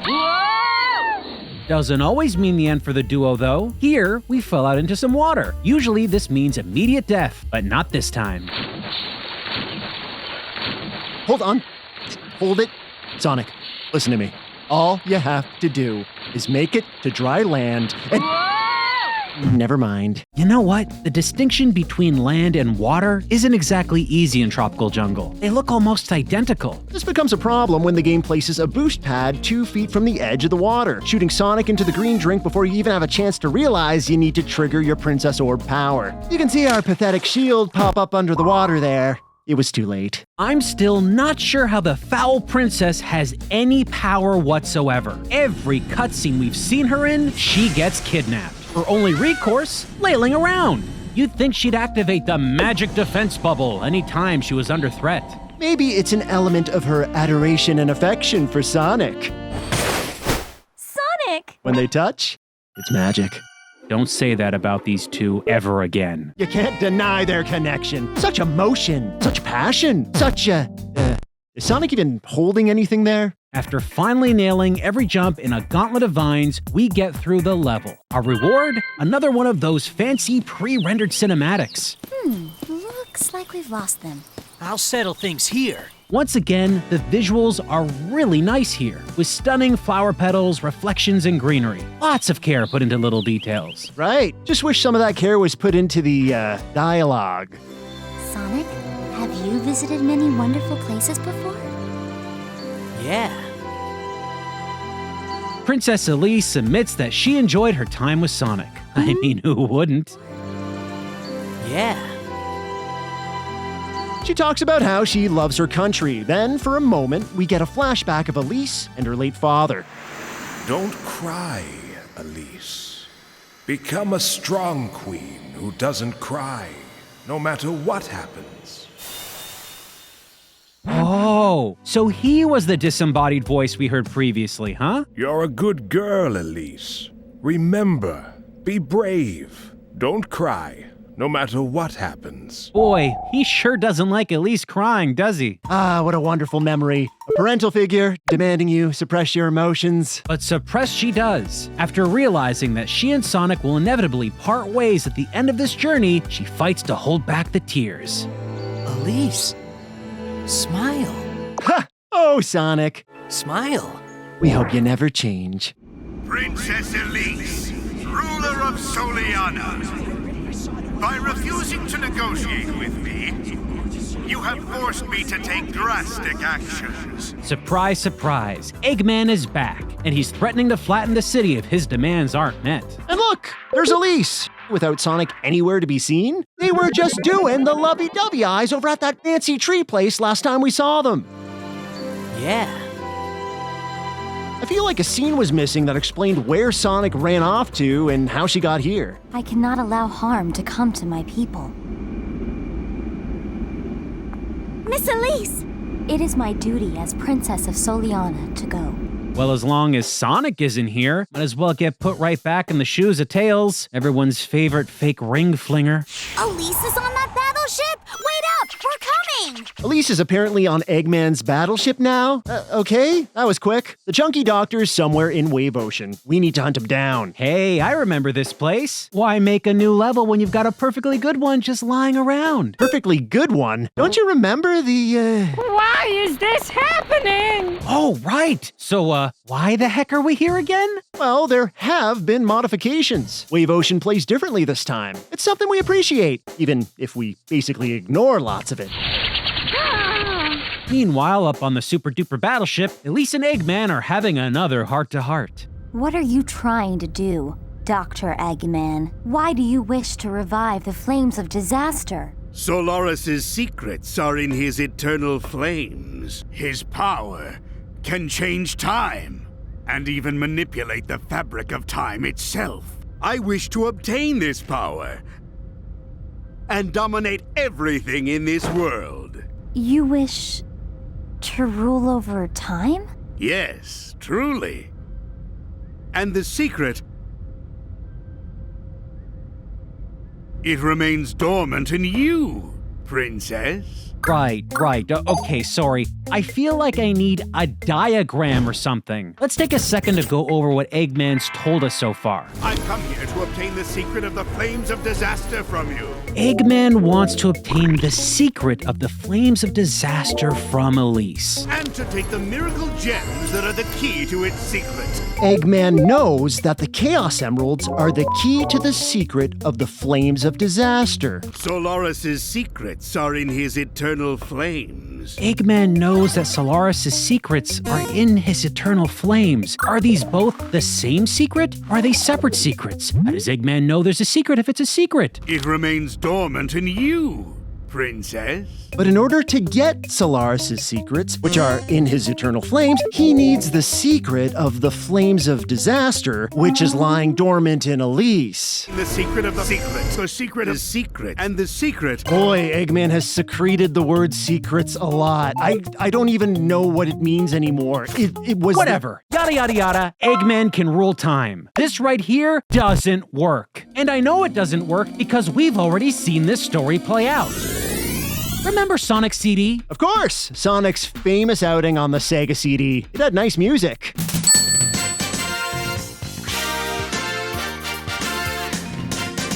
Depending on where you lived. Well, that nice music game already featured a story where Eggman danced with time manipulation. And surprise, it failed fantastically. You wish to rule over time? From the past, all the way to the future. Recycling past evil plans does not make for a good plot, especially when it involves time travel. That adds a whole bunch of mismatched puzzle pieces to the pile and leaves the player desperately trying to understand the big picture.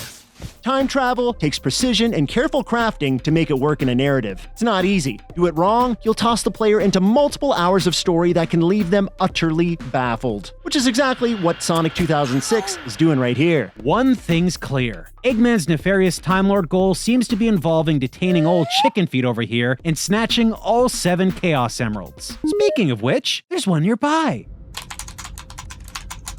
Chaos Emerald located. Let's go collect that Chaos Emerald. Hey, look, we're Sonic again. Where was he at this whole time when Elise got kidnapped again? Never mind, because here's...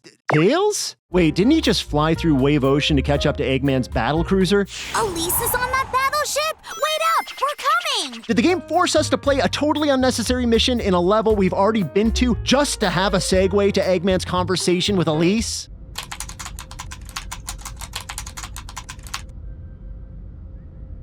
Maybe he saw Eggman's ship fly towards some place called the Ancient Castle, but he doesn't even seem sure about that. I have no confidence that any of these characters actually understand what is happening right now. To the Ancient Castle! We find a bishop who seems to know a thing or two about our situation. He tells us that we need to overcome 3 trials in order to enter the Old Castle. Wait, wasn't it the Ancient Castle? Ancient, old, tomato, old tomato. I just want to get through this. Let's take the Trials of Soliana. First trial. Hey. The Trial of Knowledge. Wait, is it the Test of Intelligence? Why does this game keep misnaming its own components? Is this part of the test? In this challenge, we use a series of identical wormholes to get to an endpoint. A frustrating mixture of luck and memorization. We get through, which immediately invalidates the intelligence factor of the whole dang thing. Second trial. Hey. The Trial of Courage. It's all about wiping out foes. Defeat all enemies with O-rings. I mean, they're robots, but we can probably spin them around and... That's a 0. Defeat all enemies with 0 rings. Oh. We gotta kill all the bots and not take any damage. Sure, we die a couple of times completing this one. No! But with Sonic's homing attack and many hours of game jank experience, this trial is pretty simple to accomplish. On to the final test. Hey. The Trial of Love. This may be the most difficult trial for you. Accurate. but that still stings. In the trial of love, Sonic has to make an incredibly important choice. Who is the one? You're forced to pick between co-adventurer Amy Rose or blink and she's kidnapped Princess Elise. And there dies any illusion into thinking this wasn't a love story between a human and a hedgehog. Yeah. After months and months of intense debate, we chose Amy Rose. Hey. Why? Well, Gal's been pining for Sonic since 1993. She's a champ. Sonic, you came! Kay tried all the trials, done and done. Nothing left to do but ride this practically human-sized bird up to the next portal.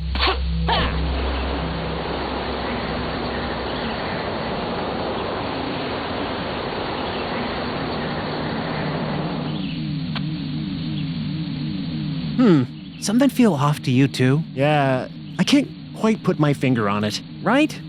We jump into the portal and... I'm an eagle! At last, we're on our way to the ancient castle. Sonic encounters more enemies, but suddenly they're halted and scrapped by none other than Silver the Hedgehog. Whoa! So, what's going on? Circumstances have changed. I need to rescue the princess. Fine, whatever. He's a friend now. The next section has us bouncing and sliding through the old ruins of a crumbling domain. We get to grind wind. Wind! But that's not all. Eventually, you even get to play as Silver. I'll go on ahead. So we get to actually use his special psychokinetic abilities? Yes, we do. Let's see here. Seems we can grab objects with our mind, which drains our power meter depending on how many objects are levitated. And then we can fire those objects out as projectiles. Hey, that sounds like it's finally making good on the cool physics-based designs that the creators of Sonic 06 originally had planned. Yeah, it would be, but everything is super clunky. The one consistent object we're throwing around always seems to be gigantic chunky boxes that take up all your screen real estate. Boxes, and even more boxes. The clunkiness of matter manipulation really tanks the frame rate. Whether the system is chugging while attempting to properly calculate the physics, or you just need time to properly toss things, Silver's main ability really slows down a game that we all know needs to feel fast. You can use psychokinesis on other things too, like interactable terrain. Sure, it's neat to have a character shifting things around with mysterious blue glow powers, but it's barely surface level impressive. We've seen Sonic and his friends interact with floating objects all the time, and they don't need psychokinesis to get things rolling. For an entity with seemingly godlike abilities and cutscenes, Silver feels like the slowest, weakest, and clunkiest character we've used so far. We'd both rather zip around dash jumping than putz around as Silver. Thankfully, our time with him is brief. Hey, not bad. Never thought I'd feel so happy to get back into Sonic's clammy red shoes again. Gross. Oh, hey, another super speed section. Gross. Before long, we've got another cutscene, and things aren't looking good for the Eggster. Huh? The engines are malfunctioning. And what's this? Stop all engines, now! Yeah, Sig, man, what your ship's problem is over here. That texture's flipped all topsy-turvy, Eggman. Hold it just a second. Yeah, that's better. Turns out his battleship, the Egg Carrier, is having engine problems. They're gonna crash. Ha, no issue. Sonic's en route, ready to save the princess just as he always does, and then... Elise!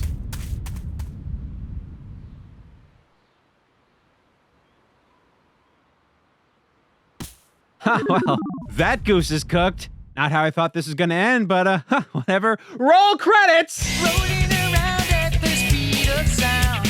Wait. There's still a way to change this. Fine. If we return to an earlier point in time, we'll be able to save her.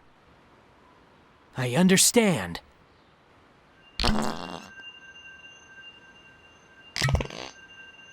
Chaos Control! Creating another time portal, Sonic vows to change the fate of Elise and the world. I'll make sure to change Elise's fate. And that, in turn, should change your future, too. I'm not sure you understand the consequences of changing the past, Sonic. I understand. You do realize that the things you alter can have a ripple effect, right? I understand. Changing the past and making a better future could mean that the purple cat and Silver are never born. I understand. Yeah. Just save her. Boy, if only Sonic didn't disappear earlier when Elise clearly needed him, ending in her getting re-kidnapped. Maybe all this could have been easily avoided. But hey, I guess time travel is easier to do. This is getting real stale. Let's see if the game has any potential side stuff that could make it redeemable. I'm craving a little variety here. Like this guy. Hey. Oh my god, what is that? It's Sonic Man, and we're gonna race him.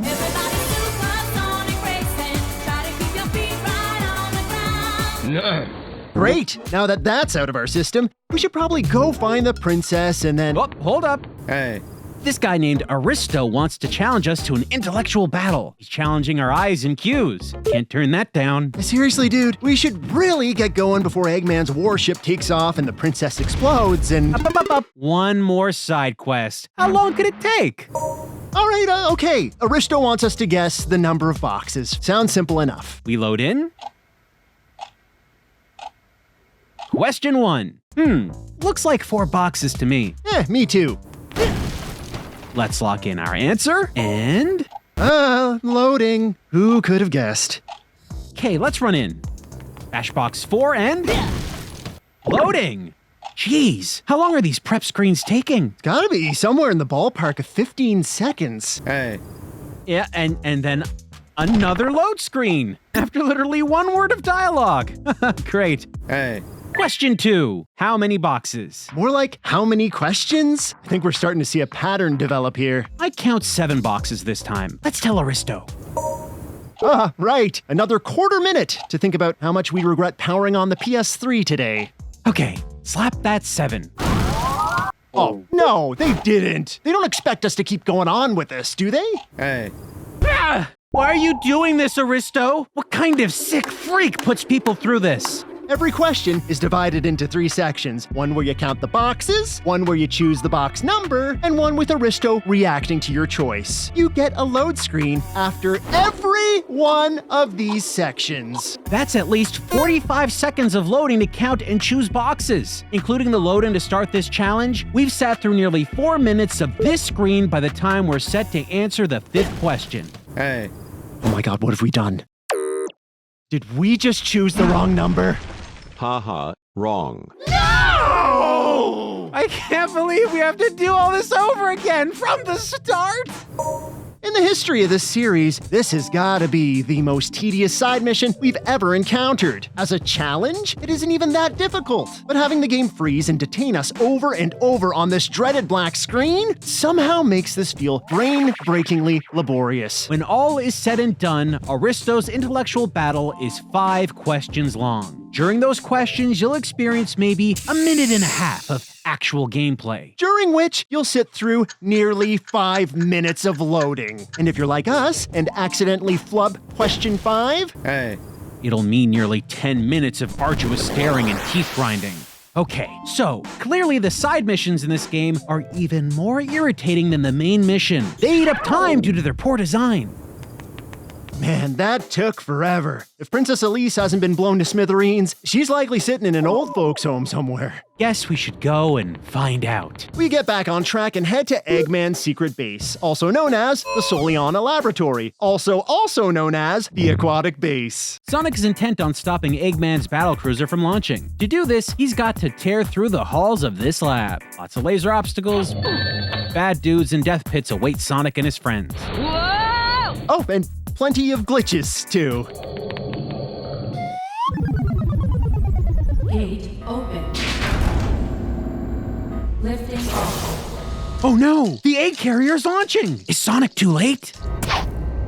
Nope, makes it just in time. Why is this happening? No! Playtime's over. With the ship once again moments from crashing, Sonic confronts Eggman, leading to a final boss encounter with the Round One himself inside a mechanical monstrosity called the Egg Wyvern. The sense of scale in this last standoff is pretty great. It's cool seeing the physicality of the ginormous egg carrier in the background as it's cutting through the clouds. Getting into the battle, the first phase of the fight kinda feels like a retread of that Egg Cerberus boss fight from before. Sonic, make him run into something! In order to damage Eggman's mechanical flying lizard, you gotta hop on its head and drive into obstacles around the arena. This is nothing. After a while, the canopy guarding Eggman is bashed away, and you have to use Sonic's homing ability at just the right time to bounce off the Wyvern's robotic lasers and smash into the Doctor. Not a bad final boss encounter, all things considered. Bye-bye, Eggman!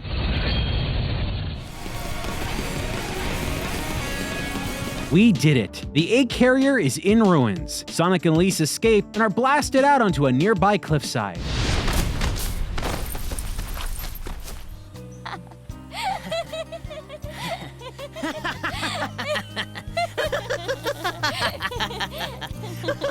These two out here giving that Final Fantasy X laughing scene a run for its money. You probably shouldn't laugh anymore.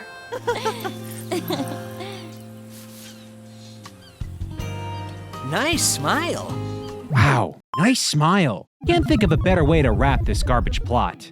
Well, folks, there you have it. That was Sonic the Hedgehog 2006. A pretty terrible time. What? Oh, no. We're not finished. What do you mean, we're not? But the game rolled credits. It's gotta be over. That, my friend, was just the Sonic episode. No. What? Did we forget about the character select screen from the beginning? The game was always taunting us with more potential game to be played. This really is Sonic Adventure 3. Just like plenty of other 3D Sonic titles, Sonic 06 has the player venture through multiple adventures. By playing Sonic's episode, we've unlocked full Shadow and Silver chapters. Hey, at least we don't seem to have a Big the Cat episode we'll need to play. Dodged a Froggy with that one. Hold on, Froggy. I'm coming. So, which do you want to play first? Look at me. I'm sad. I'm spiteful. I want this all to end. What do I look like? I want to play. Shadow it is! Transmission from HQ. There's an SOS coming from Dr. Eggman's base. And he's on some kind of rescue mission. Looks like he's headed to White Acropolis. That's the snowy place we boarded our way through as Sonic. Remember? I wish I didn't. This is our first time playing as Shadow the Hedgehog in this game. He's considered the cool, roguish character of the series. Once upon a time, Sonic the Hedgehog was considered the cool, roguish character of the video game world. But here comes Shadow the Upgrade, badassing up the place. What's he got that Sonic doesn't? Guns! Well, he used to have guns anyway back in his standalone game. Doesn't seem to have them this time around. Right. Guess the fans of that game won't be happy with this. You know what else he doesn't have here? No, what? Good character control. Sliding all around on his rocket boots, he plays worse than Sonic. Sonic already wasn't that great. Would seeing a badnik hurl itself off a cliff cheer you up? Maybe. Oh. Whoa. Yeah, it worked. Ow! What was that? Where'd that come from? We've got to be on our toes. Eggman has laid booby traps at every turn. Like boost pads that aim directly at a wall. Dust yourself off, Shadow. We still got an agent to save, apparently. Same as Sonic, Shadow has a homing attack. Only Shadow can chain his homing attack into a multi-strike chaos attack combo. Which looks technical, but just requires you to mash the attack button over and over again. Soon, we get to something called a warp hole. Shadow says this can transport him instantly. To a load screen, of course. And suddenly we're Rouge the Bat. Wait, was Rouge the agent Shadow was sent out to rescue? There's an SOS coming from Dr. Eggman's base. What was she up to? Why was she captured? How did we break her out? No answers. Not even a cutscene segueing into her gameplay. 1 second we're Shadow, the next Rouge pops into existence. She's not the only thing magically materializing around here. The poppin' in this game seems to be getting worse the longer we play. Rouge can climb, like Knuckles, which basically means she can jankily move over and clip into surrounding walls. Rouge, where'd you go? Oh, there she is! Rouge also has the ability to glide and throw bombs. Luckily, no dummy rings fly out of these ones.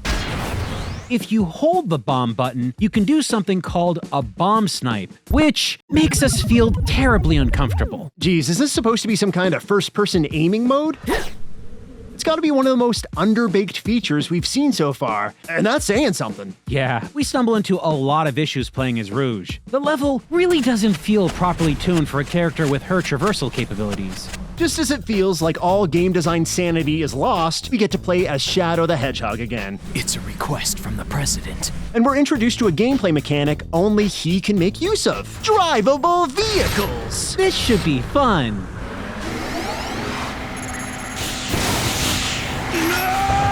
That was a lot of popping.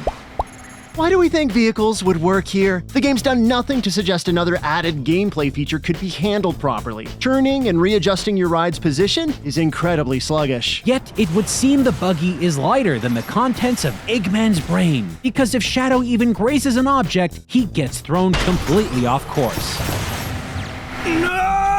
Anytime we destroy an object that turns into metal or wood shrapnel, they become physics objects that the system struggles to process. The frame rate drops randomly, making you second-guess your already horrid steering and... You need to use missiles. But hey, at least Shadow can make use of their mounted weaponry, taking out enemies and obstacles. So, Shadow can use weapons. Hey, let's take out that spotlight over there. Sure thing! Okay, let's try and line this up and, okay, again. Okay, one more time. Okay, come on. Oh, just get... Missed. Having a little trouble? Yeah, kinda. Okay, just one more time. Whoa, that took way too long. Well, with any luck, we won't be riding around or shooting at things much longer, because staying behind the wheel is driving us crazy. Crazy? No. Crazy is the results screen for this section. Shadow! You ain't got no feet! Need to stay focused. Cutscene time. Rouge is carrying around a big, ominous-looking scepter. Where the heck did that even come from? Don't you want to know what this is? Shadow, more interested in a big, familiar-looking boss hanging around. Let's get this over with. Egg Cerberus, the towering metal pup we dealt with eons ago as Sonic. Reusing a boss is fine, I guess, as long as they adjust the battle to keep things interesting. Shadow, make him crash into something. Bring up a split screen. Okay, sure, there is snow now, but we're dealing with Cerberus in the exact same way. Hey, I can finally see your face. Now it's my turn. Looks like that armor's gone. Now it's my turn. Turns an intimidating level end cap into busy work. I feel like we're being cheated out of an exciting boss that's tackled with Shadow's unique abilities. Once you complete this retread, Rouge and Shadow are teleported to a different location. Bats asks Shadow to escort her to the GUN rendezvous at the ancient castle of Soliana. Hey, what is GUN anyway? It's from another game. It isn't explained here, so it doesn't matter. Okay. Off to the rendezvous point where we get a different vehicle section. We have some kind of jet-propelled glider here. Flying the friendly skies here is easy enough. Plenty of chuggy slowdown gives Shadow time to take out enemies, plan his next moves, and... Wait, was that the whole section? For real? Yep. 41 seconds of glide in action, sandwiched by long loading screens on either end. Oh, and remember, that 41-second number is inflated from all the slowdown we were experiencing as well. They really aren't giving us anything of substance in Shadow's story. But Jane, we drove a car. Off a cliff? No! Which feels like the exact direction this whole campaign is going. But we can drive a hovercraft too. All the vehicles so far have been terrible to control. This hovercraft feels like you're operating a weight-maxed out forklift with Vaseline rubbed on the steering wheel. It's heavy and slow to respond. Please, make this stop. What? Why? There's so much more to experience in this wonderful playthrough. Let's move on. Rouge and Shadow make it to the ancient castle. Rouge mentions an accident that occurred 10 years prior that resulted in the broken ruins around them. Accident? Probably the incident Elise was talking about in Sonic's campaign, right? When the sun god Solaris practically wiped out everything with the power of the flames of disaster. Look at you, consuming this trash. I'm like a raccoon. Anyway, Rouge says she heard all the destruction was caused by the failure of some kind of energy engine plan. The name of that plan? The Solaris Project. Yep, Mr. Eggers arrives once again. Doctor? The doctors come to retrieve the Scepter of Darkness. That's the funky-looking baton Rouge is lugging around. A scuffle ensues.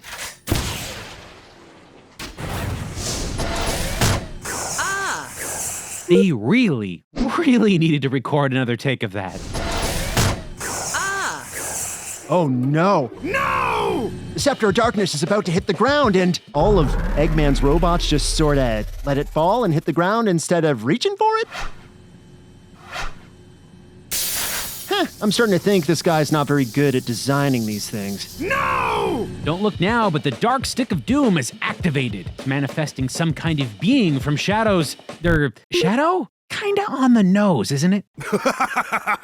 Oh, how ironic fate can be. It's Mephiles!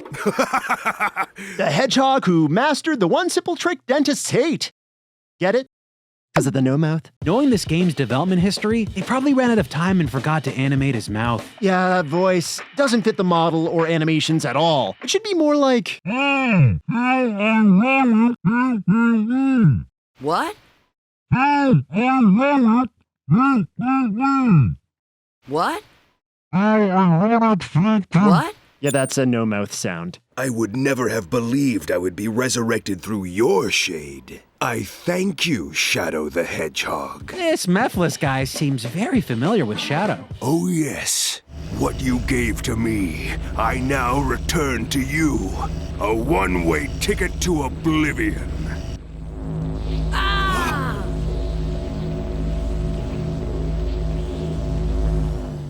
Hey guys, maybe you just want to, I don't know, use some special visual effect to show them disappearing or... No? Just poof?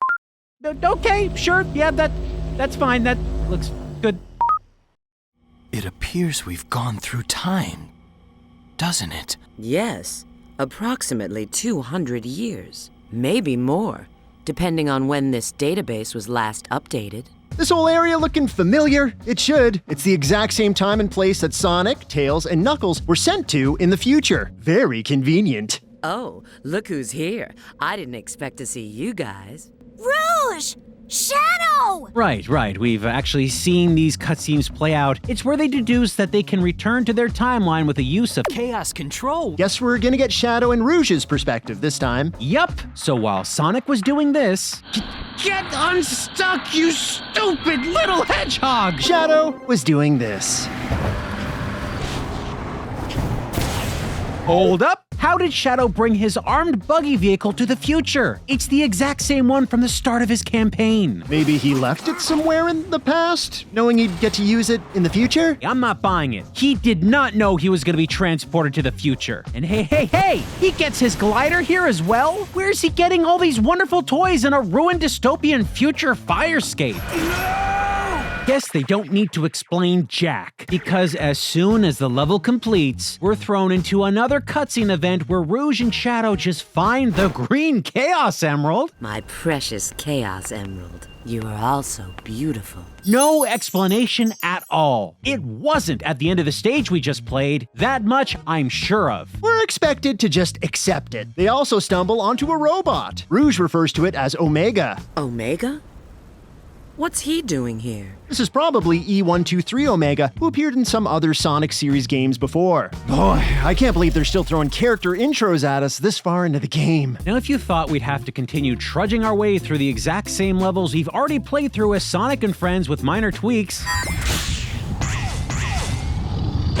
give yourself a shiny gold star sticker on the old forehead, because that's basically what we do. Culminating in both groups meeting up in the volcano, where a familiar cutscene plays. I found a Chaos Emerald. Don't touch it! What? What's this? Oh, look who it is again. Iblis. Another carbon copy boss battle. Simple exercise and going through the motions. You're You're not as tough as you look. But wait, how does this make any sense? In Sonic's chapter, it was Sonic who fought Iblis, and this is the exact same encounter. Sonic is likely somewhere in this room right now. Why are we replaying the same boss battle again with a different character? This isn't alternate history, we're looking at the same point in time. I hate time paradoxes, I hate them! Stupid game. To this point, we've played 4 levels and 2 mini-bosses that have all been repeats of what we just did with Sonic. And on top of that, there's the reused cutscenes. It really isn't feeling like the multiple chapter game design came together here. It's repetitious for the sake of repetitiousness. Chaos Control! Like we saw back in Sonic's chapter, the blue blur and his buds rush back to their proper timeline.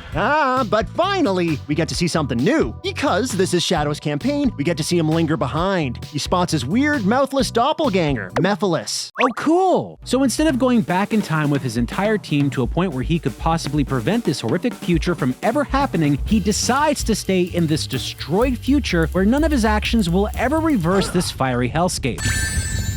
Well, when you say it like that, yeah, it sounds really... Stupid! Yeah, I know. Well, at least Rouge made it out. She zips back to her proper timeline, a timeline where voice actors are fed improper dialogue. Agent Rouge, report your status immediately. Have you retrieved the Book of Darkness? What is the Book of Darkness? Have you retrieved the Book of Darkness? Did you mean Scepter of Darkness? Or is the Book of Darkness what you call the pages of this game's script, bound together in blue hedgehog flesh? The library's banned me because of my bubblegum eyes. I'll provide a full report shortly. I'm still confused as to why Rouge is speaking to the back of her hand during this voice call. Maybe she was supposed to get some fancy communication watch or something, but didn't get one here. I need to contact E123 Omega immediately. Okay, so we're off to Tropical Jungle. Without any explanation. I might as well fly around and take in the lush scenic views and... We can't spend any longer here. The game world is collapsing in on itself. Well, if it isn't E123 Omega, just having a fun little walk in the jungle. Hi, long time no see. Rouge the Bat.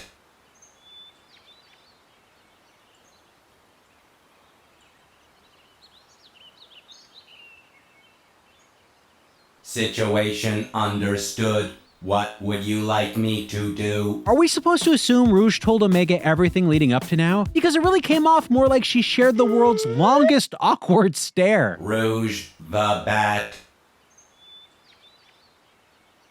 Very uncomfortable silence there. You know what this scene could use? A subtle little fade to black to convey that time has passed. Rouge the Bat.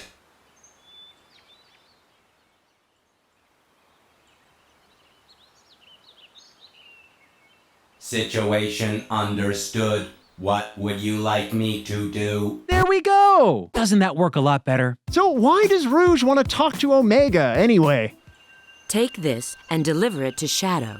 Rouge's plan is to have Omega give Shadow the green Chaos Emerald hundreds of years in the future. Maybe so he can somehow use it to return to his proper timeline.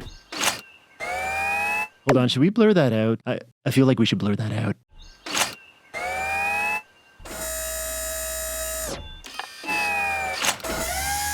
System reactivation countdown initiated. New mission, Shadow support. I'm counting on you. With that, Omega is off to...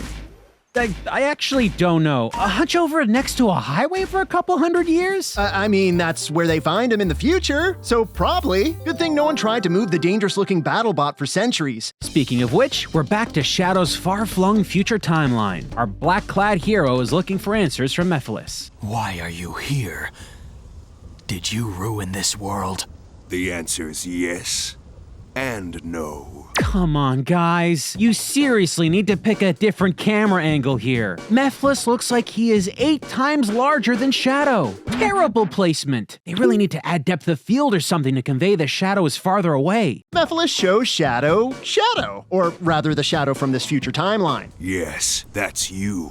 a version restrained and encased in lasers. Mephiles explains that humanity is responsible for imprisoning Shadow, using the Iblis incident as an excuse to detain him. The truth? A lie? Let us punish this foolish world of humanity. Well, unlike Silver, Shadow decides to not trust the guy with no teeth. That's absurd.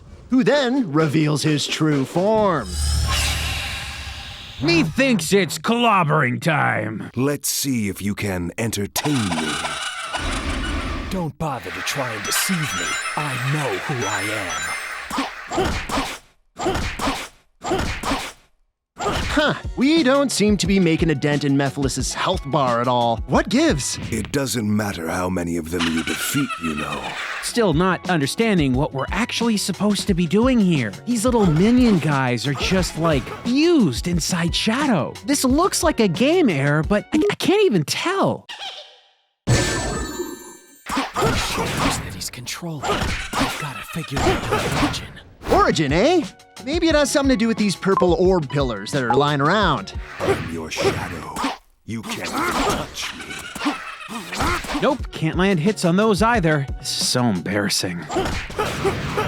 Try filling up that ability bar over there. Maybe that can get us through this? What? Shadow, you!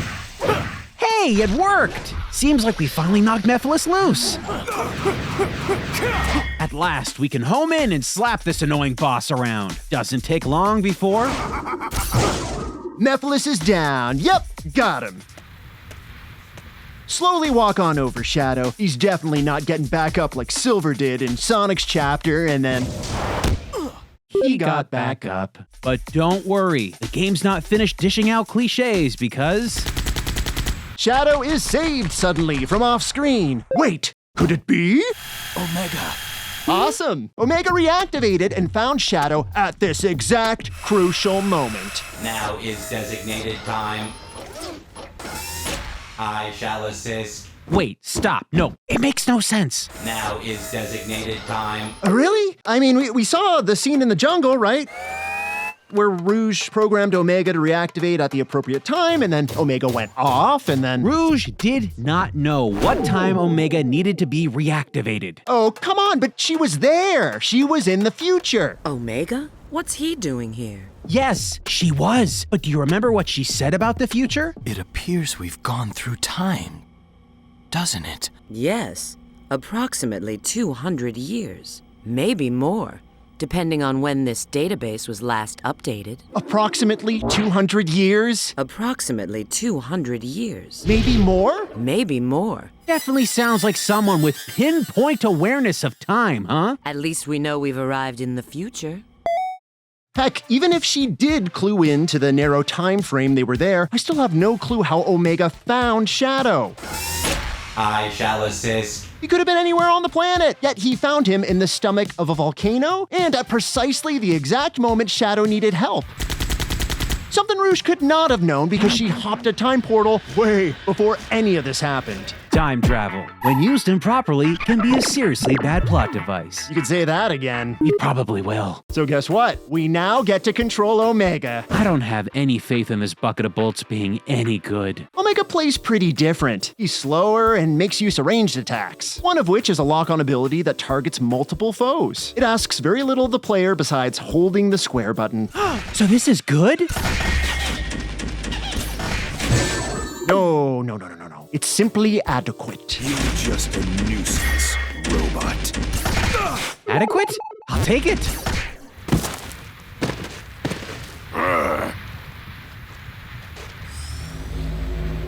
Mephiles! Whoa! Now they're back in New City, Soliana, but Mephiles, nowhere in sight. We head out looking for Rouge the Bat and get a bit distracted.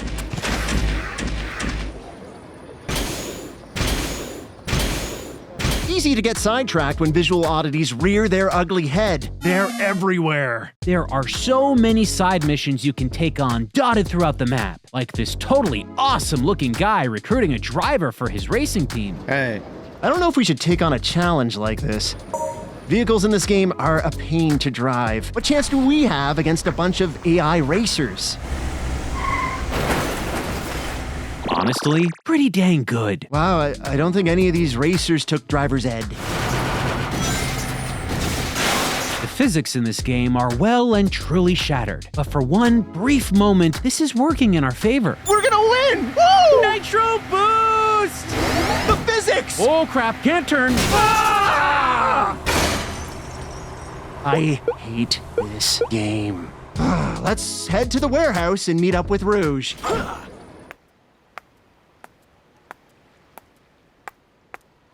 Hi. I love how nonchalant Rouge is. She made a lucky guess and sent a robot to sleep for hundreds of years as a Hail Mary to help Shadow. Shadow returns and she's just like, sup? She explains that Eggman's machines are after Shadow, but Shadow figures they're probably chasing his evil twin, Mephiles. What is Eggman up to? Who is Mephiles? Robot, thanks for asking, but we're not even sure the people who wrote this game know what is going on. Shadow marches off and... Oh, fun. We're back at the train sequence we just loved dealing with in Sonic's campaign. Yeah, it's not the exact same mission this time, though. Now we're trying to block and damage Eggman's train. Still doesn't exactly make the scenario feel fresh. Barriers down! Farewell! Unlike the next section, where you get to ride a motorcycle. A motorcycle that shoots off a cliff after barely grazing a wall. The R1 button. I've got to watch how many bullets I have remaining when I run out. Here we have to tail Eggman's train and use our machine guns to take it out. Sounds simple? Not for us. Sure is swell to have a new vehicle to ride, but this thing is tuned for frustration. If we're not spontaneously darting in the wrong direction, then the weird collision physics are launching us in some incredibly stupid ways. Use the R1 button. I've got to watch how many bullets I have remaining. When I run out, it'll take time to reload. When we finally manage to rein in our wild beast of a ride, Shadow smashes his way into Eggman's train. Who is Mephiles, and why are you trying to capture him? Eggman tells Shadow that everything is connected to the deadly incident in Soliana a decade prior. The Solaris Project. He says Shadow needs to capture and deliver Mephiles to him. Then I'll tell you the truth about Solaris. This leads us to another cutscene we're already familiar with, the one where Shadow saves Sonic from Silver. Mephiles! Why are you getting in my way? I'm Shadow. Shadow the Hedgehog. Did he seriously have to pose while saying that? Oh, hey, we're fighting? Don't get in my way! Why are we fighting? Seems like Shadow could just talk to Silver and let him know this Mephiles dude is a bad bean. Remember that awful Silver boss fight from Sonic's campaign? The one where we heard that stupid sound clip a billion times? It's no use! It's no use! It's no use! It's no use! It's no use! It's no use! Yeah. Take this! We've got to do it again, don't we? I mean, I'd find a way to skip it if I could, but... But what? It's no use. You're a real piece of... Take this! It's no use! Yeah, we may have forgotten that whole strategy we laid out previously for a moment or two. It's no use! Or three. Take this! But eventually... How about this? It all came back to us. Taking out Silver? Less stressful this time. Nice! Yes.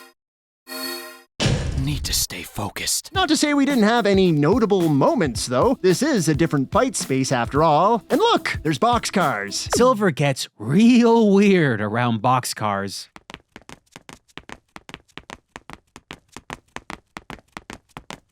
Ah! Chaos Control! See, now is the perfect time for Shadow to talk to Silver about Mephiles, all freshly concussed. It's neat how he froze time just when it would look really cool and didn't use that ability earlier to stop the fight in his tracks at the start. You know, reason with Silver? Explain he's being misled maybe? Or he froze time, right? Couldn't he just step out of the way and make Silver look like a fool and fall to the ground when he tried to attack Shadow and miss? Instead, Shadow drop kicks him in the back of the head. This Shadow guy seems like a big jerk. Can't lose! Not when I'm so close! Ah! Well, look. Silver has the blue Chaos Emerald. Where did he get that? Chaos Control! Huh? You induced chaos control. I won't let anyone get in my way.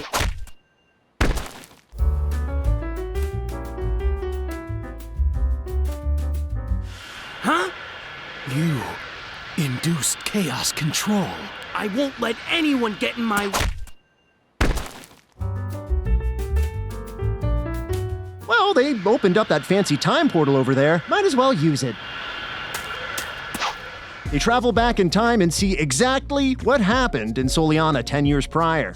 My lord, it's too late! We've got to take shelter! Why so loud? Why do you refuse to listen to my voice? Father! Elise!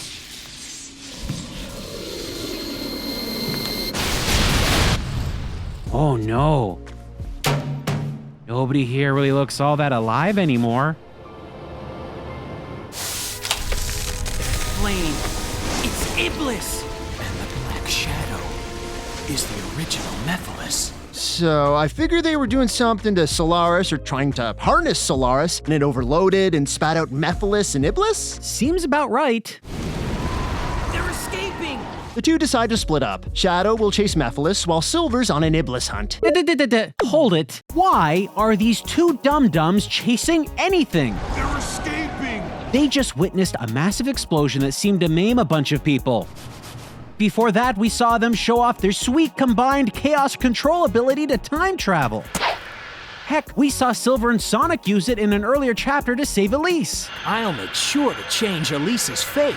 So why not use that Wonder Sauce to take a trip further back in time and prevent the freaking explosion, saving everyone and preventing the all-dreadful future? The future? Time travel, when used improperly, can be a seriously bad plot device. Hey, we said the thing again. Oh, but in a surprising turn of events, Elise's dad is still alive. He offers the Scepter of Darkness, telling Shadow to use it to seal away the failed experiment. The next section is the Aquatic Base, another reused level from the Sonic chapter. And look what's just lying around, a motorcycle. Not really sure why the scientists of Soliana decided to leave a couple of these things lying around with Shadow-themed coloring, but thanks? We soon catch up with the weird gassy puddle that is Mephiles. Using the Scepter of Darkness, Shadow knows just how to seal away all that badness. Chaos control! What? Stop. Chaos Control, the multi-purpose cleaner of plot hurdles. Shadow, your face, your form, I will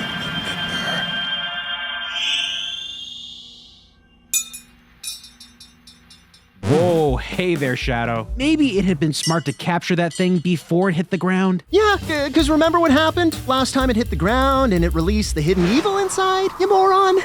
Did you do it? Yes. And you? Yes. The flames are properly sealed. So how did Silver seal away Iblis if he didn't have a scepter like Shadow? Chaos Control! Jeez! With that, Silver and Shadow leave an unconscious little girl alone in the woods next to a cute purple wand containing unspeakable evil. You're going to leave it behind? Yes. I already know what becomes of it in the future. Impossibly thick-headed. We can blame these chuckleheads for the horrible future that will come to pass. They did nothing to stop it, and shockingly seem to set up the events to unfold exactly as they did in the future that they seem to want to avoid. I'll change the past and save the world! Could Shadow not lock the scepter in a vault? Could he not go out to some random place on the planet and bury it deep where no one would find it? Or at the very least, leave it with a responsible adult and not leave the cursed powerful doomsday object next to a knocked out child. I'm losing it, folks. This game is driving me through a loop-de-loop. It's time to return. Yes, of course. Her parent is no longer in the picture. Maybe leave a note in case anyone walks by. Chaos control! No? Just flee the scene, huh? There. It's fine. Everything's fine! Back in his proper timeline, Shadow doesn't waste a moment. I need you to access GUN's database. Specifically, find out what materials the Scepter of Darkness was made from. If Shadow wants to find more of whatever makes up the scepter, maybe he can use it to seal Mephiles away again. Agent Rouge, respond. The location of the Scepter of Darkness is unknown, but there is an archaeologist who's researching it. Great. Where are we gonna find the one archaeologist in the world studying this powerful ancient trinket? They could be anywhere. It's this person in front of us. After protecting the archaeologist from enemies, she tells us that the Scepter of Darkness is close by. Weird. Last we saw it in this timeline, it ceased to exist as Mephiles broke free of its bonds. I thank you, Shadow the Hedgehog. But sure, whatever. The archaeologist hints at some candles needing to be lit nearby for some kind of power to be unleashed. We make sure Shadow's abilities are upgraded, hunt down the magic candles, and get them suckers lit. Oh, hey, look, the Scepter of Darkness. Wait, that's it? I don't know how it's not broken, but why was Shadow talking about researching the materials the scepter was made from? Why make this whole thing seem grander than it actually is? It's a 4-minute detour to lazily plop the same scepter in front of us. Good. Now I can finally stop Mephiles. Good. Agent Shadow, E123 Omega has engaged Mephiles. Head to the Wave Ocean, head to Wave Ocean. Agent Shadow, E123 Omega has engaged Mephiles. Head to Wave Ocean immediately. Off to Wave Ocean we go. Again. We'll find Omega soon. Hang in there. Meanwhile, Omega confronts Mephiles and learns that he was designed to trap Shadow in the future. Somehow Mephiles knows this, unless he made it up. But anyways, Omega unloads his machine guns on him and he melts into a shadow puddle.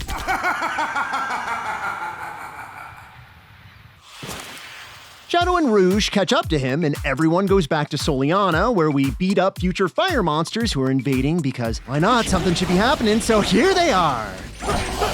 Just like with the trio of Sonic, Tails, and Knuckles, Shadow is now paired up with Rouge and Omega, bumming around the town. Since this game has been so tedious, we make our own fun by playing with boxes.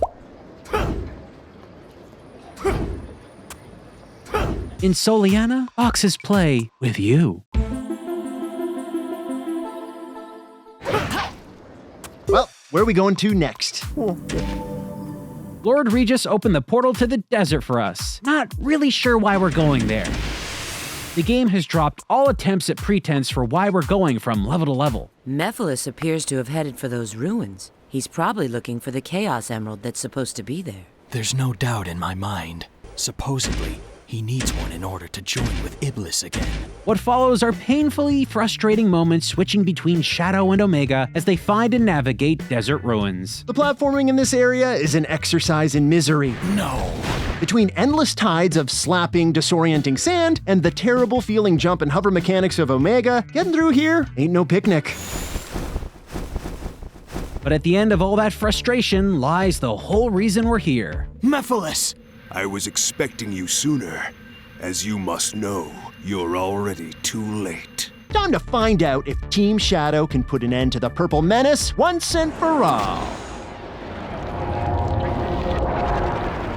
We've got another Mephiles boss battle, one that isn't immediately readable. That means lots of trial and error, so let's attack everything.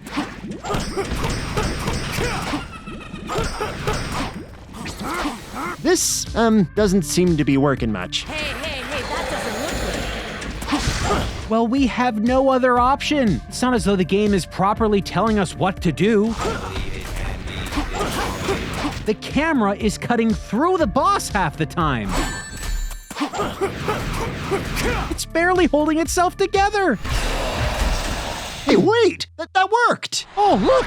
It did! Charging Shadow's special bar and using his chaos powers to turn the tides. Let's take this sucker down. I am forever. I am invincible. Tell it to the load screen.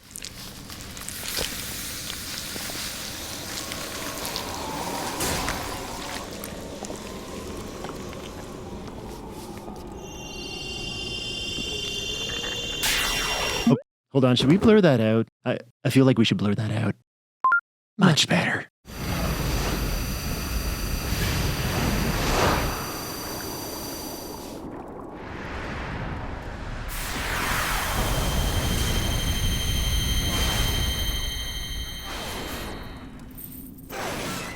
destroyed! The Eye of Now absorbed your power through your shadow in the past. What? The Eye of Now absorbed your power through your shadow in the past. What? The Eye of Now absorbed your power through your Never mind. Feels like we're trying to decode something crusted on bathroom tile. All we gather is that Mephiles can no longer be trapped in the scepter because of his connection to Shadow? What may have worked 10 years ago no longer does. Check this out. The pre-rendered cutscenes actually animate Mephiles' muffled mouth place? You must realize now that you cannot hope to stop me with your limited power. I think I prefer the no mouth, no movement stuff from before. This looks way worse and very creepy. It's futile. The world will betray you. If the world chooses to become my enemy, I will fight like I always have. Oh, now you did it, Mephiles! Shadowgun did drop his cufflink rings. Is, Shadow taking off the wrist rings important? It sure seems important. Does the game explain it? Ha! No, but we'll sum it up. The ring Shadow disengages from his wrists are inhibitors, rings that hold back Shadow's true power. Shadow only sheds them in extreme life or death situations because unlocking and expelling his awesome power can leave him in a vulnerable state. That would have been nice to hear about in this game. At least now, we all know why Shadow is suddenly glittering with mega energy, and we can all happily watch him wipe the floor with this entire army of... Whoa. No. What? What? No! That's it? We don't get to see the battle play out? No. Straight to credits. It's all we're left with. Shadow was jet booting. You don't interrupt a hog mid-boot scoot. Seems like the folks in these credits didn't get that note. I guess the only hope we have of learning the fate of everyone is by playing through the game's other episode, huh? Right, Silver the Hedgehog. Let's waste no time and get into it. This world was devastated before I was born. A harsh, bleak place where we live in eternal darkness. Honey, that's exactly how we describe our experiences with this video game. Silver's intro cinematic shows the character surveying a future world we're very familiar with. The world engulfed in flames. Silver! Blaze, what's wrong? He's appeared again! I guess Silver's cat friend has a name. It's Blaze.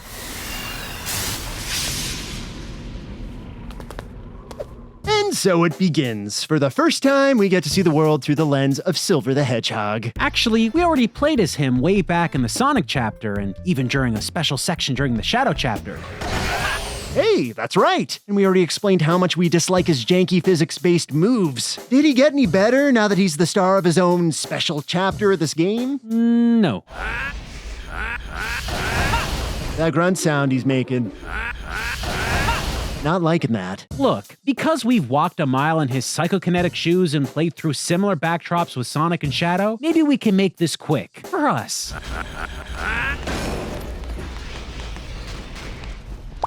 For everyone. Focus on juicy entertainment morsels and story beats? If any are to be found, yes. Certainly one notable thing is that we get to control a new character pretty quickly here. Blaze the cat.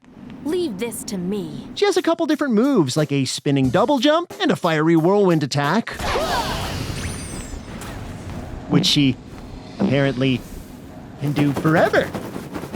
I'll just say it, Blaze is more fun to play than Silver. Seriously, I prefer darting around doing fire twirls better than spending precious minutes scavenging physics-based objects you can't throw properly. Great!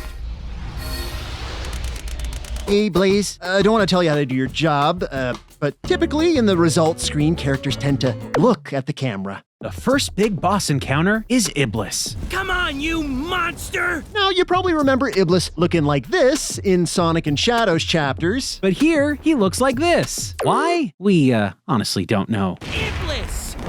Today, it will be finished! Silver's gonna have egg on his face when he finds out this game never ends, huh? We use Silver's psychokinetic powers to launch large chunks of debris at Iblis's weird skull.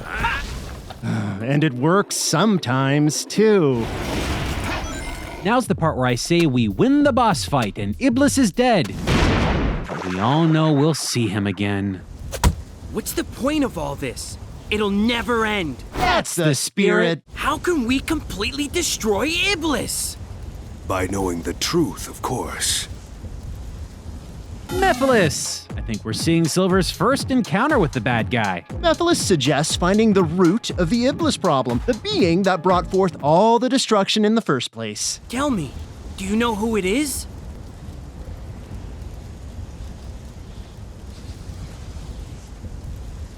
Hey gang! Hot tip! When a strange, mouthless, unfamiliar figure randomly shows up and responds to questions like this... Do you know who it is?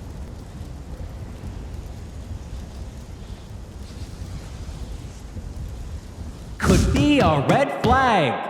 Mephiles informs the two dolts that he can help them travel through time. No way! And he knows who awakened Iblis. No way! And he can promise good fortune if they provide a credit card number, security code, full name, birth year, personal email, bank statement. No way! Anywho, we've seen this ball roll previously. This is when Silver gets dead set on destroying Sonic, aka the Iblis trigger.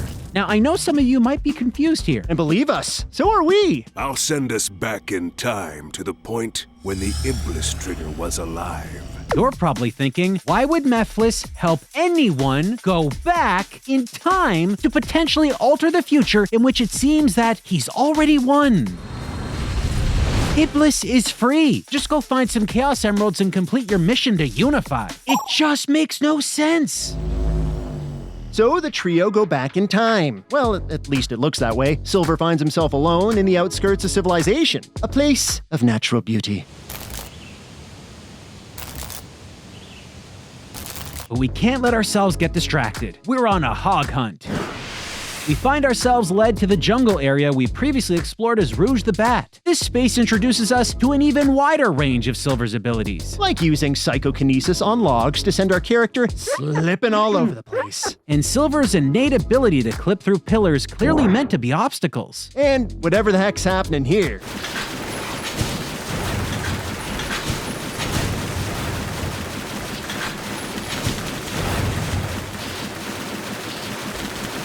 At this point, showing off the game's flaws feels like we're punching down. Yeah, right? Like we're not being very fair with the game and all of its development Get out! I totally hit the robot first!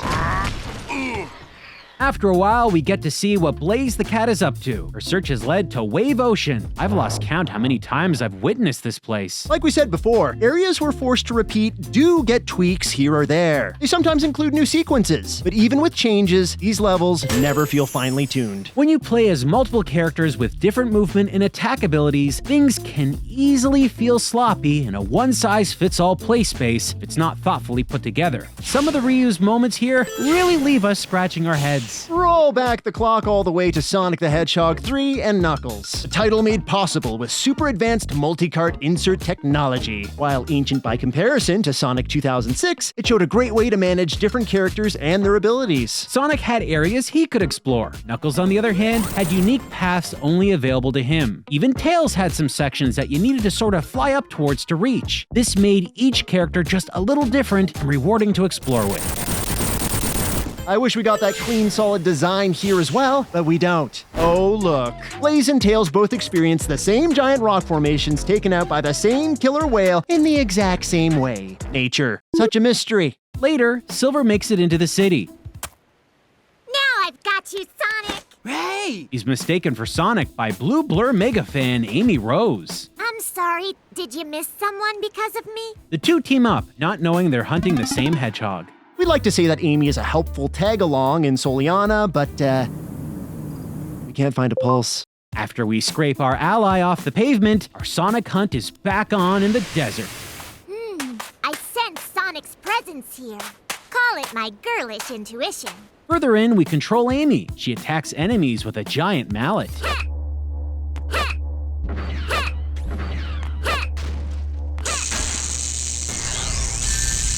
She also has the power to turn invisible. An interesting stealth option to hide from enemies. If the enemies cared, which honestly, they don't?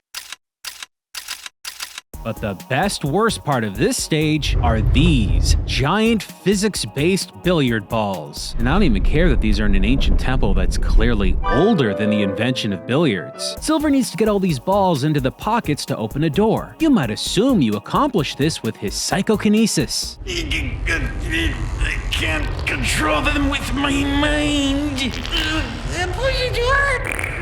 But no, they're immune for some reason, so Silver has to melee attack them forward. If you hit them too many times, they blow up. Not so bad when you're just rolling them around in a closed field, but what if you had to, I don't know, sink one of these roly boys in a specific hole in an obstacle course utilizing an imprecise input with the game's unwieldy physics? If you can't get it in 9 tries, or if you lose the ball, you need to restart the whole ordeal right from the beginning. Perfect. Great. Back in Soliana, Silver and Amy finally find Sonic. I've been looking for you. You're the Iblis Trigger. Oh, hey, I remember this cutscene. This played right before Sonic's first annoying fight with Silver. Which means we get to witness the event from Silver's perspective. The battle, not what we expected. Gotcha! Sonic attacks strangely. Look at this. Gotcha! He keeps jumping in the air, getting ridiculous hang time, and then blasting out into a homing attack. We practically never see him. As soon as he lands, he's right back up in the air, waiting to rain hatred on us. It doesn't feel like we're being overwhelmed by an agile, clever speedster in this battle. It's more like we're dealing with an enemy that was never given proper AI. As soon as you know he's in a loop of drawn-out homing jumps, he's pretty easy to swat out of the air. That hurt! Now I'm serious! What? This battle looks so very, very bad. And even though we wiped the floor with Sonic, the cutscene that follows basically plays out as we saw it before. Elise gets kidnapped, Amy stops Silver from killing Sonic. Absolutely not! Halted but undeterred, Silver finds Blaze and they decide to look for Sonic at Eggman's base. This means we get the pleasure of adventuring through areas like White Acropolis, yet again. Which ends with another boss encounter we've already had. What? Oh no! This time, it's Egg Genesis. But credit where credit is due, this time it's actually more challenging. Controlling Silver, we have to make the most of surrounding objects, which we do our best to slam into the ship's huge metal body. When the ship's reduced to rubble, Silver and Blaze find the blue Chaos Emerald nestled in the snow. I suppose we're left to assume this was hidden somewhere on Egg Genesis, but I gotta be honest, I don't remember where we last saw this thing because of just all the time hopping and hours of brain-melting gameplay. It transforms your thoughts into poo farts.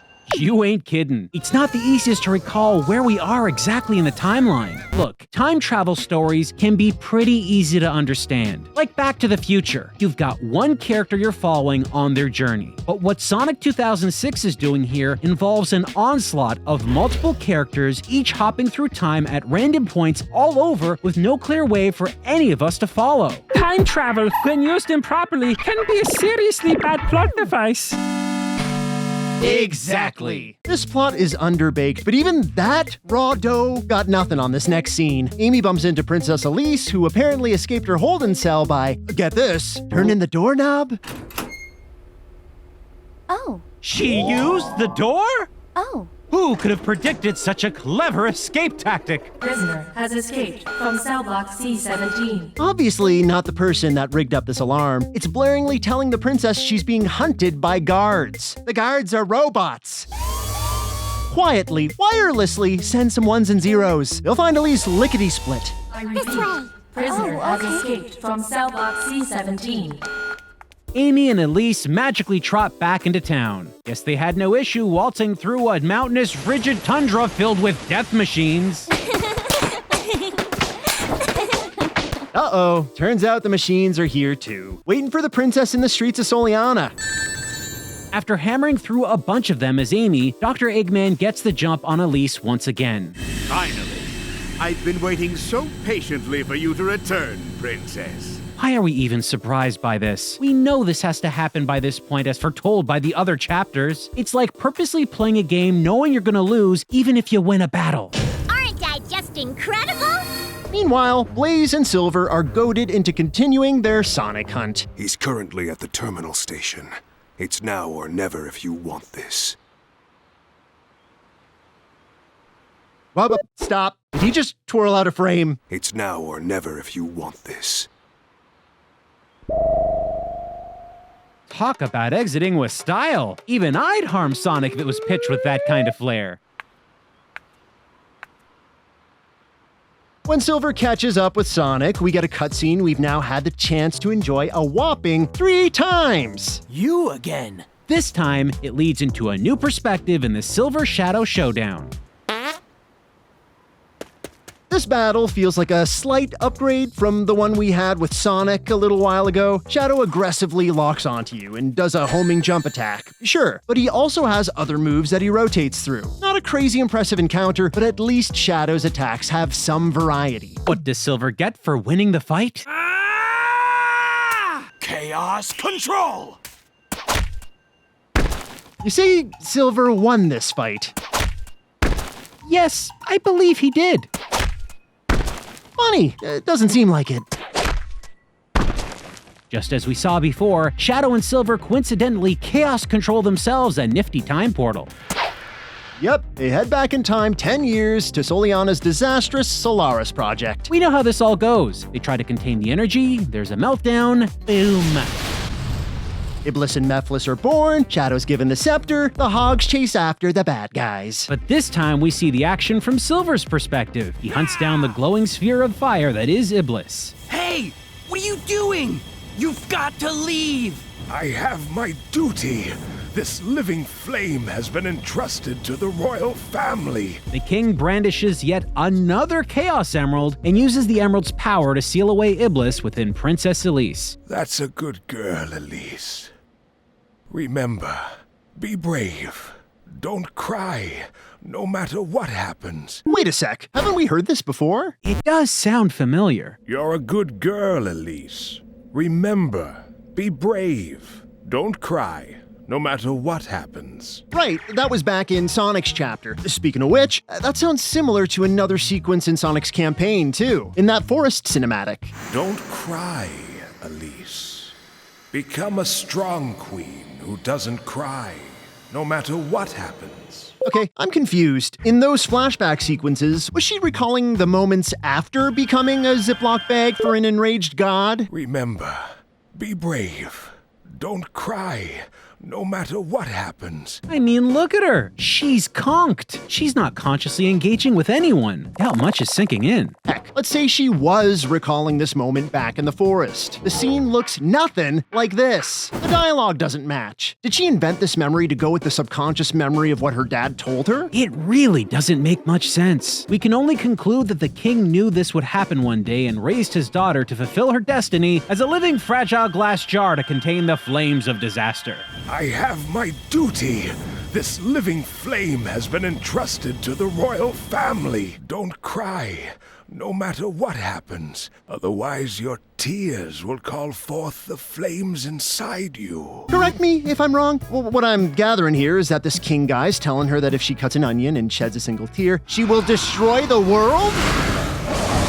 Yep, that seems to be what's going down. Sounds like a very brainless plan. No wonder whatever this project was blew up in the king's face. He dumb. I mean, not as dumb as the 2 time travelers with the ability to go back mere moments before any of this and prevent this whole thing from happening altogether. I'll change the past and save the world!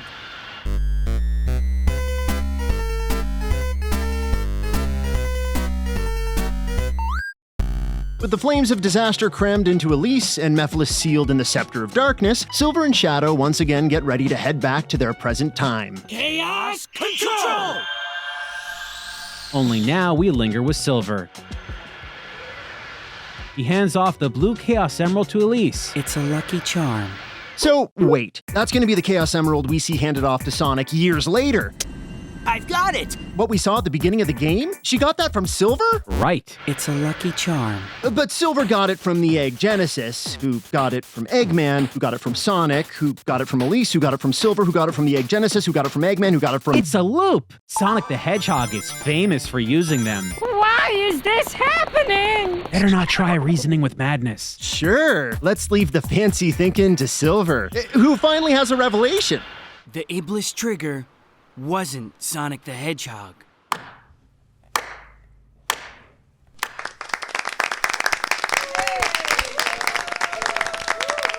he decides to come to Sonic's aid and help rescue Princess Elise. And we've all seen how that goes. Right. Then Silver helps Sonic travel to the past by pulling out a Chaos Emerald, which I guess he looted from the corpse of the king? I mean, that's who was using the White Emerald last, right? Classy. Thank you, Silver. Silver and Blaze hop the portal and head back to their timeline. I know how to save our world now. We don't have to change the past. I'm sure of it. Not sure what Silver has in store, but he seems pretty confident. Maybe we need to wrap Silver's chapter to really unravel what's going on here. In time, we have another confrontation with an angry fire deity we know well. Come on, Iblis! This time I'll finally stop you! Looks like Iblis is more powerful than ever. We need to fling boulders and do our best to avoid waves of speeding projectiles. Eventually, Iblis calls in one last mega boulder, which we promptly return to sender. Yay, load screen!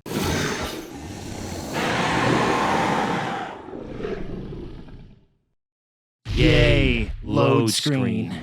Chaos Emeralds, lend me your power. Eternal Sun, the living flame that has been entrusted to the royal family. Fall into slumber with my soul, Iblis. You cursed flames of disaster!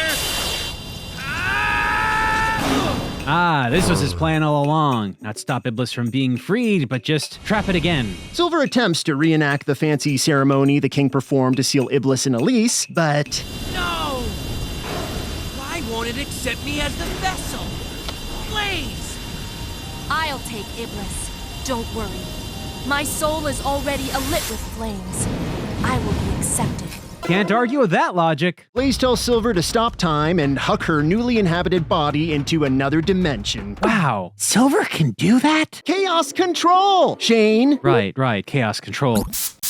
My eyes! But no, Silver doesn't have the heart to do it. Not to his best friend. I can't. I wouldn't know what to do without you. Oh, well, then she does it herself, I think? They don't really explain it, but she becomes all ethereal and starts hovering into the sky, which leaves us wondering why she bothered asking Silver to do any of that dimensional hucking stuff in the first place. Good luck, Silver!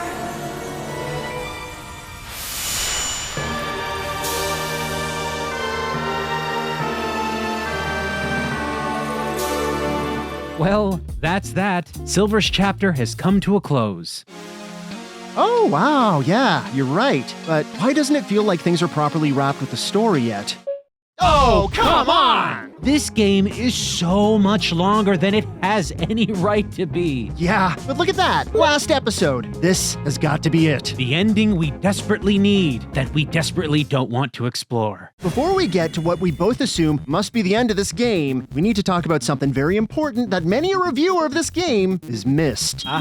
Yes, okay, we didn't really talk about the multiplayer mode, but we did play it. It's really similar to the single-player experience, but twice as dreadful, because 2 people are being tortured instead of 1. It's hardly something worth mentioning. That's not all the gameplay we have remaining. Remaining gameplay? What could we have possibly missed? We dang near played 100% of this train wreck. Oh, well, yes, we have. We've played every side mission and anything else you could hope or want to do in Sonic 2006. So, wait, you just said... I'm confused. We did play everything, at least with the PlayStation 3 version. But the only other version is the Xbox 360 release. These games are near identical. Well, yeah, but no, they're not. The answer is yes and no. Because you see, in North America, the Xbox 360 version of this hallmark of terror got something the PlayStation 3 version did not get. Downloadable content. What? Oh yeah, this came as a shock to me too. Barely anyone talked about it at all. It looks like there's a bunch. They seem ultra redundant. Harder difficulty modes? Who would want to make this crappy game extra hard?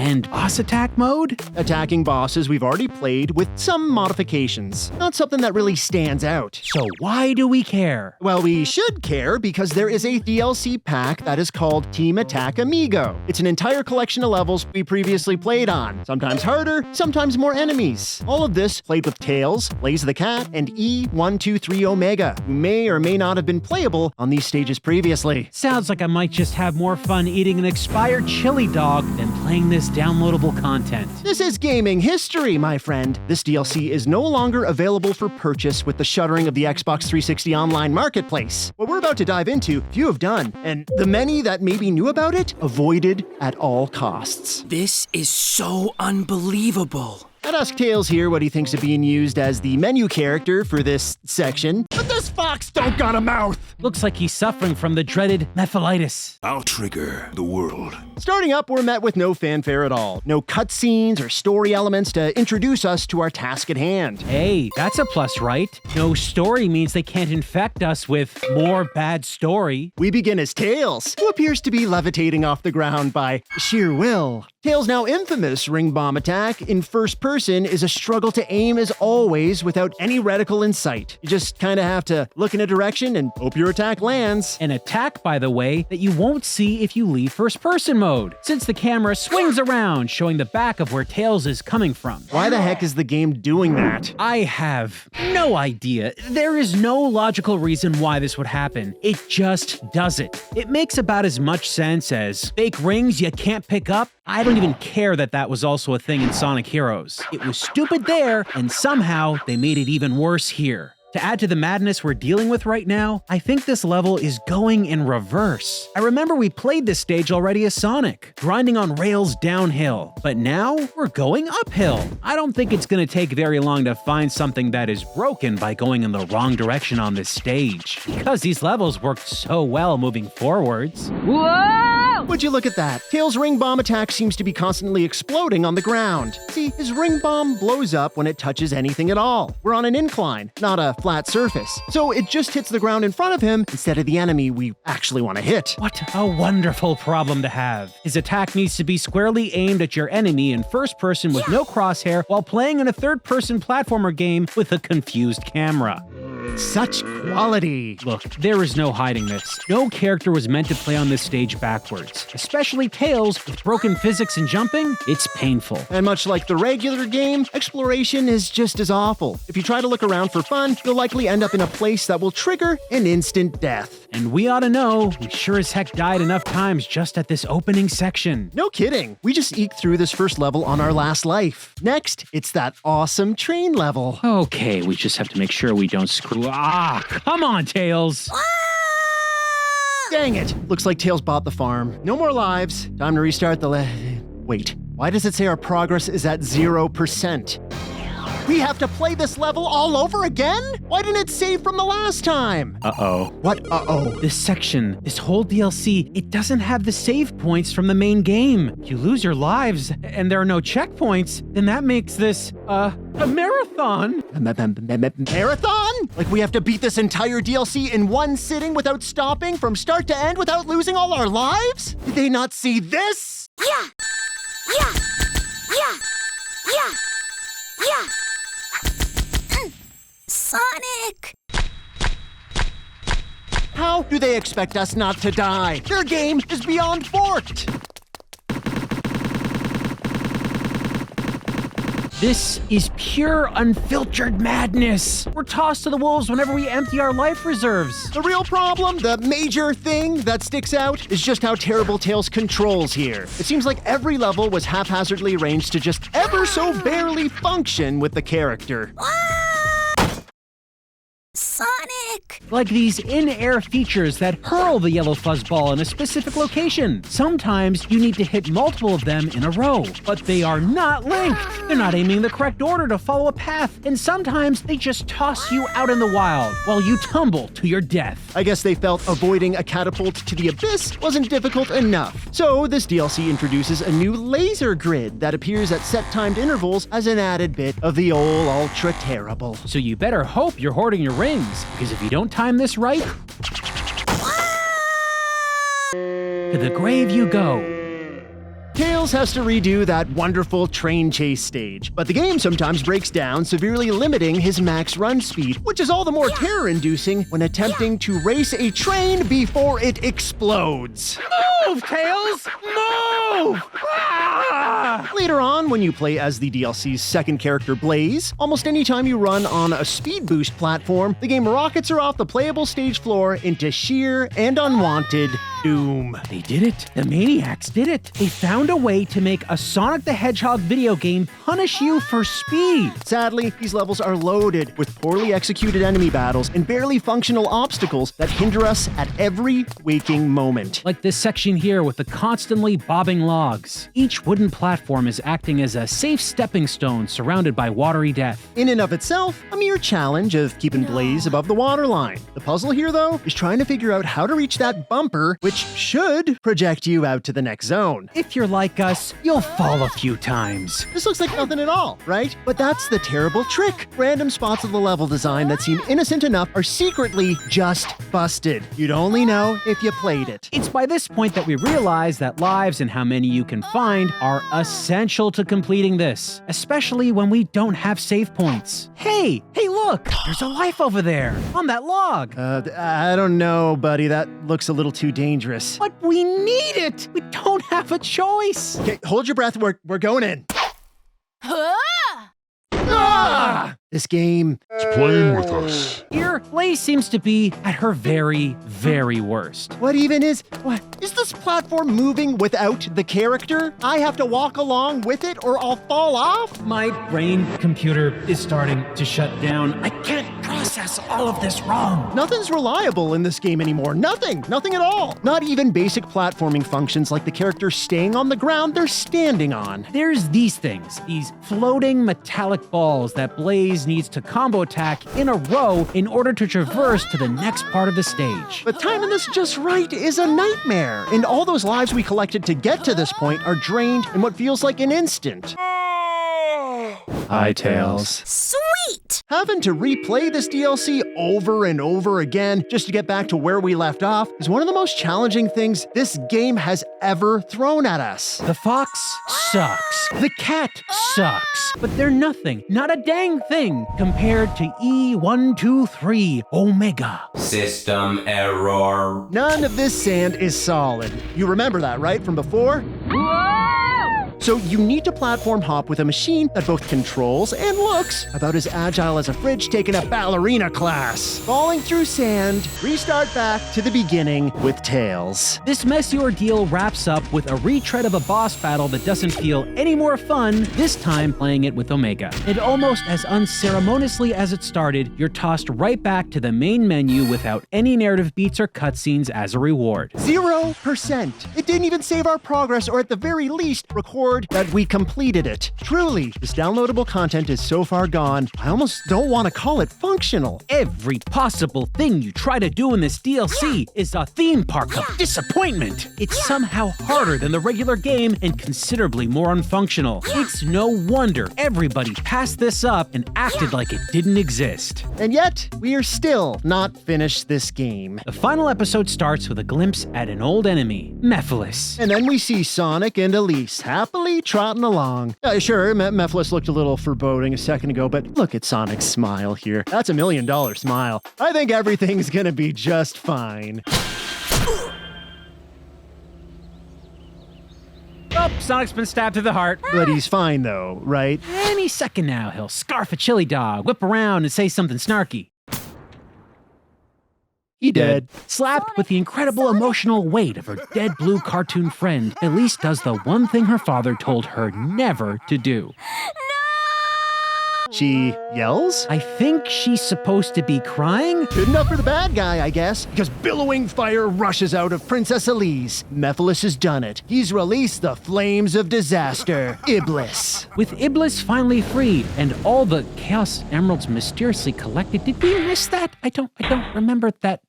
Anyway, Mephiles begins merging himself with his fiery other. Fear begins to wash over Soliana and beyond. Whoa, this is not looking good. All of Sonic's acquaintances meet in a purpley dimension. Even Dr. Eggman has fallen victim to this all-encompassing spatial shift. Hey, Sonic's here too. Still looking very dead. Mephiles played us all for fools. His plan all along was to cause the princess to be so consumed with despair that she'd cry. So that's why he wanted me to kill Sonic before. Wait a sec, why was that Mephiles' plan? Sonic knowing Elise and then becoming friends was completely out of his control. We don't know why Sonic was in Soliana, but it wasn't because of Mephiles. So when he got released, did he just learn the princess had met this blue hedgehog and he thought, great, bet if I kill him, she'll cry? Wait a minute, I'm marinating on something here. Remember when Princess Elise's father died after that explosion? Oh yeah, when she was left in the woods with an evil stick and a powerful fire force inside her? Who could forget? So when she, a very young child, woke up abandoned and alone and somehow made her way back to safety, she would have at some point discovered her father had passed on, right? Right. That didn't make her cry? The father that raised her, the one she had known all her life? But some hedgehog she's only known for maybe a few days at best kicked the bucket, and that jump-started the waterworks? There are so many plot holes, but what I really want to know is what released Iblis before Mephiles was let loose. What? In the game's future hellscape, which we've seen multiple times, it's Iblis alone that is terrorizing. So that means Elise cried for some other reason without Mephiles being around to merge with Iblis. Because that's his whole thing, right? They want to merge back into one entity, I think. We're probably asking a bit too much from a plot hinging on sad person noises. This is so unbelievable.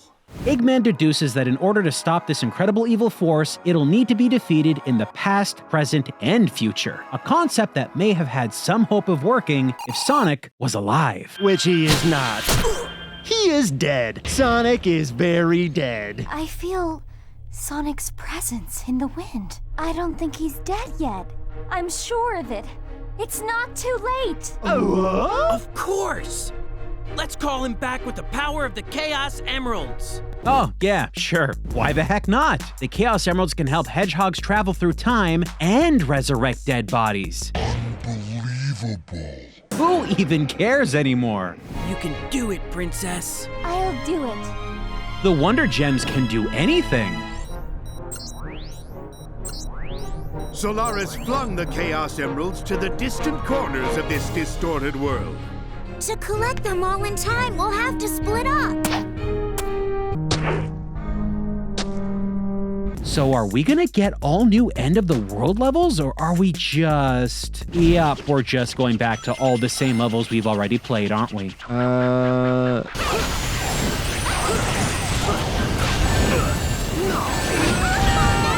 Yay! We collected all the Chaos Emeralds! With every jewel collected, the gang begins an ominous hedgehog resurrection ritual.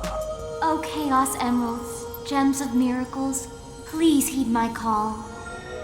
I wish to cleanse my father's sin, and I wish to talk to Sonic once again. Sonic, come back to me, to us.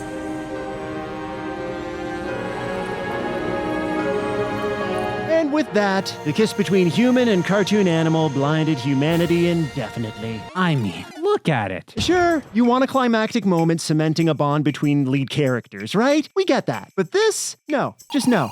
Absolutely not! The connection built between these two isn't just flimsy, it's embarrassing and contrived. Terrible writing, awkward line deliveries, eye-rolling moments telegraphing a special connection that never feels earned. Even if this whole thing was leaning more towards friendship than romance, which, come on, it's romance. The game's pretty freaking blunt. You wouldn't happen to have some feelings for this person, would you? So, what does this guy look like? Have you already been on a date with him? No, I really haven't. A one-way love? That's so cute. The execution of the affinity between Sonic and Elise is so poor that almost every scene with these two feels painfully goofy. No, the smooch does not work for us. Or Sega, apparently. Wow. But it does work for Sonic. He's reborn as Super Sonic, a golden souped-up version of the Speedster powered by the 7 Chaos Emeralds. Sonic offers his incredible powers to Shadow and Silver. Finally, we get to do battle with the sun god of Soliana, Solaris. But the team's gotta watch out. He eats dimensions for lunch. we're told we've got to destroy Solaris while maintaining the super form of our 3 hedgehogs. Eventually, we figure out which hedgehog's abilities need to be used when. It's an irritating encounter, mostly because of the padded busy work. I think they're trying to aim for a rewarding kind of gameplay to cap off the whole game, you know? It doesn't feel rewarding in the slightest. Rotate an attack enough times, and boom, we get Solaris' second form. Thankfully, this part's much easier. Avoid laser blasts and attack Solaris' core. So long, Solaris! With the evil mega deity defeated, Sonic and the Golden Boys return to their friends. Except for Eggman, he's just here, being a jerk. Elise and Sonic get transported to a dark void where they time travel to the past through the true Solaris? We see the king talking to young Elise about Solaris, the Flame of Hope. Apparently, the kingdom wanted to use the flame to power a time machine. Solaris will allow us to control time and move through history. Poor misguided king. All you had to do was ask any of the humanoid hedgehogs running around. Apparently, they all had time travel abilities this entire time. Chaos control! Elise and Sonic approach the flame. If we put out this flame, Solaris will never exist. And then we'll never have to worry about the flames of disaster, right? Wait, don't they worship that flame or something? Solaris is the sun god of Soliana. Wouldn't that have huge rippling consequences for their society and their world? Well, it's too bad I don't care about their society or their world. Flame on! Flame off! This lady's still gonna be dressing like a bird. But our encounter... You and I will never meet. It will never have happened. Jane, no. That's not how that works. You can't blow out a flame on the TV screen. You heard her. I can end this. No need. The princess finishes the deed. Cool.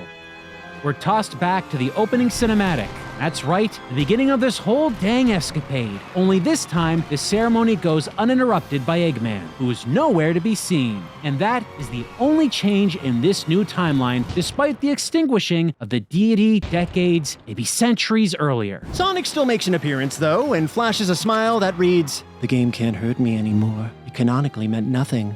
Don't you just love stories like that? Erasing all purpose or drive or sense of accomplishment. It's about as irritating and despised as a movie ending with the main character waking up to discover everything in the film was a dream. Wow. What an epic mistake of a game. This feels like the Sonic series' biggest rock-bottom release. Does anything else get close? Nowhere near this bad from my experiences, though the series has seen subsequent video games not considered all-time greats. I think it's safe to say this one is dead last. There is a reason so many people have boldly attempted to play and cover it, because at its very center, it is a marvelous, bug-addled, glitch-fest extravaganza.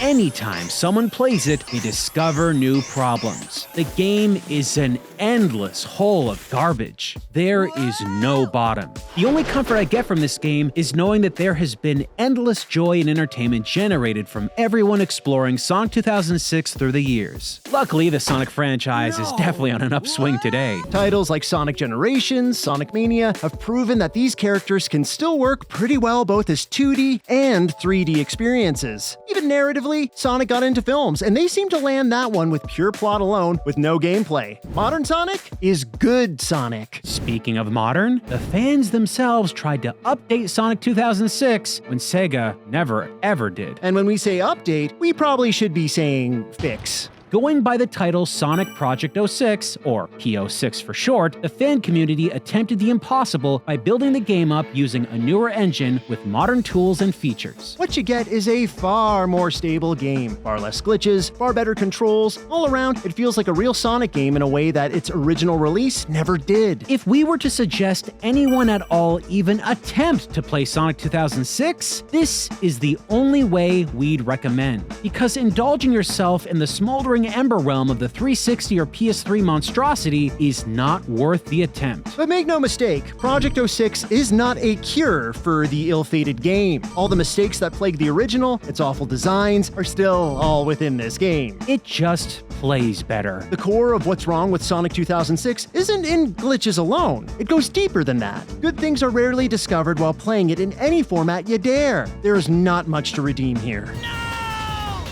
You might like the music, maybe some of the pretty pre-rendered cutscenes, but that is just two positive droplets in a game boiling over with problems. But we know all about that now, don't we? We all took the journey together. Let's encapsulate this voyage one last time. Sonic 2006 is not a good game. It's got a bewildering story, Intense glitchy gameplay, excessive load times, terrible character abilities, deranged NPCs, clashing character designs, ill-conceived worlds, disastrous slowdown, broken physics, a gag-inducing romance, painful dialogue, awful side quests, and plenty of other unsavory nuggets. But we did it. We finished Sonic 2006 and witnessed firsthand just how unbelievable this title is. No! You're all still here! Didn't I warn you? Are you the ghost of the money we wasted on Sonic the Hedgehog 2006? Get it, you dummies! You couldn't leave well enough alone! You've no idea the evil you've wrought upon us! Why do you hate our videos so much? We're telling the good people why these games are not fun to play. But you're still talking about them! People need to forget games like Sonic 2006 even exist! I think you're being a little dramatic. Am I? Am I? Then explain to me how even with all of its bad reviews at launch, Sonic still sold enough to be one of the 360's earliest best-selling titles. It's an Xbox Platinum hit game, for crying out loud.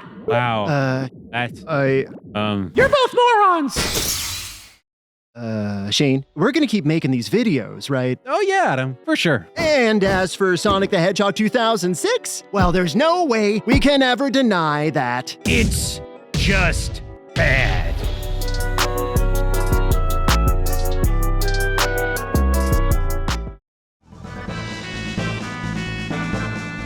I like the Genesis one.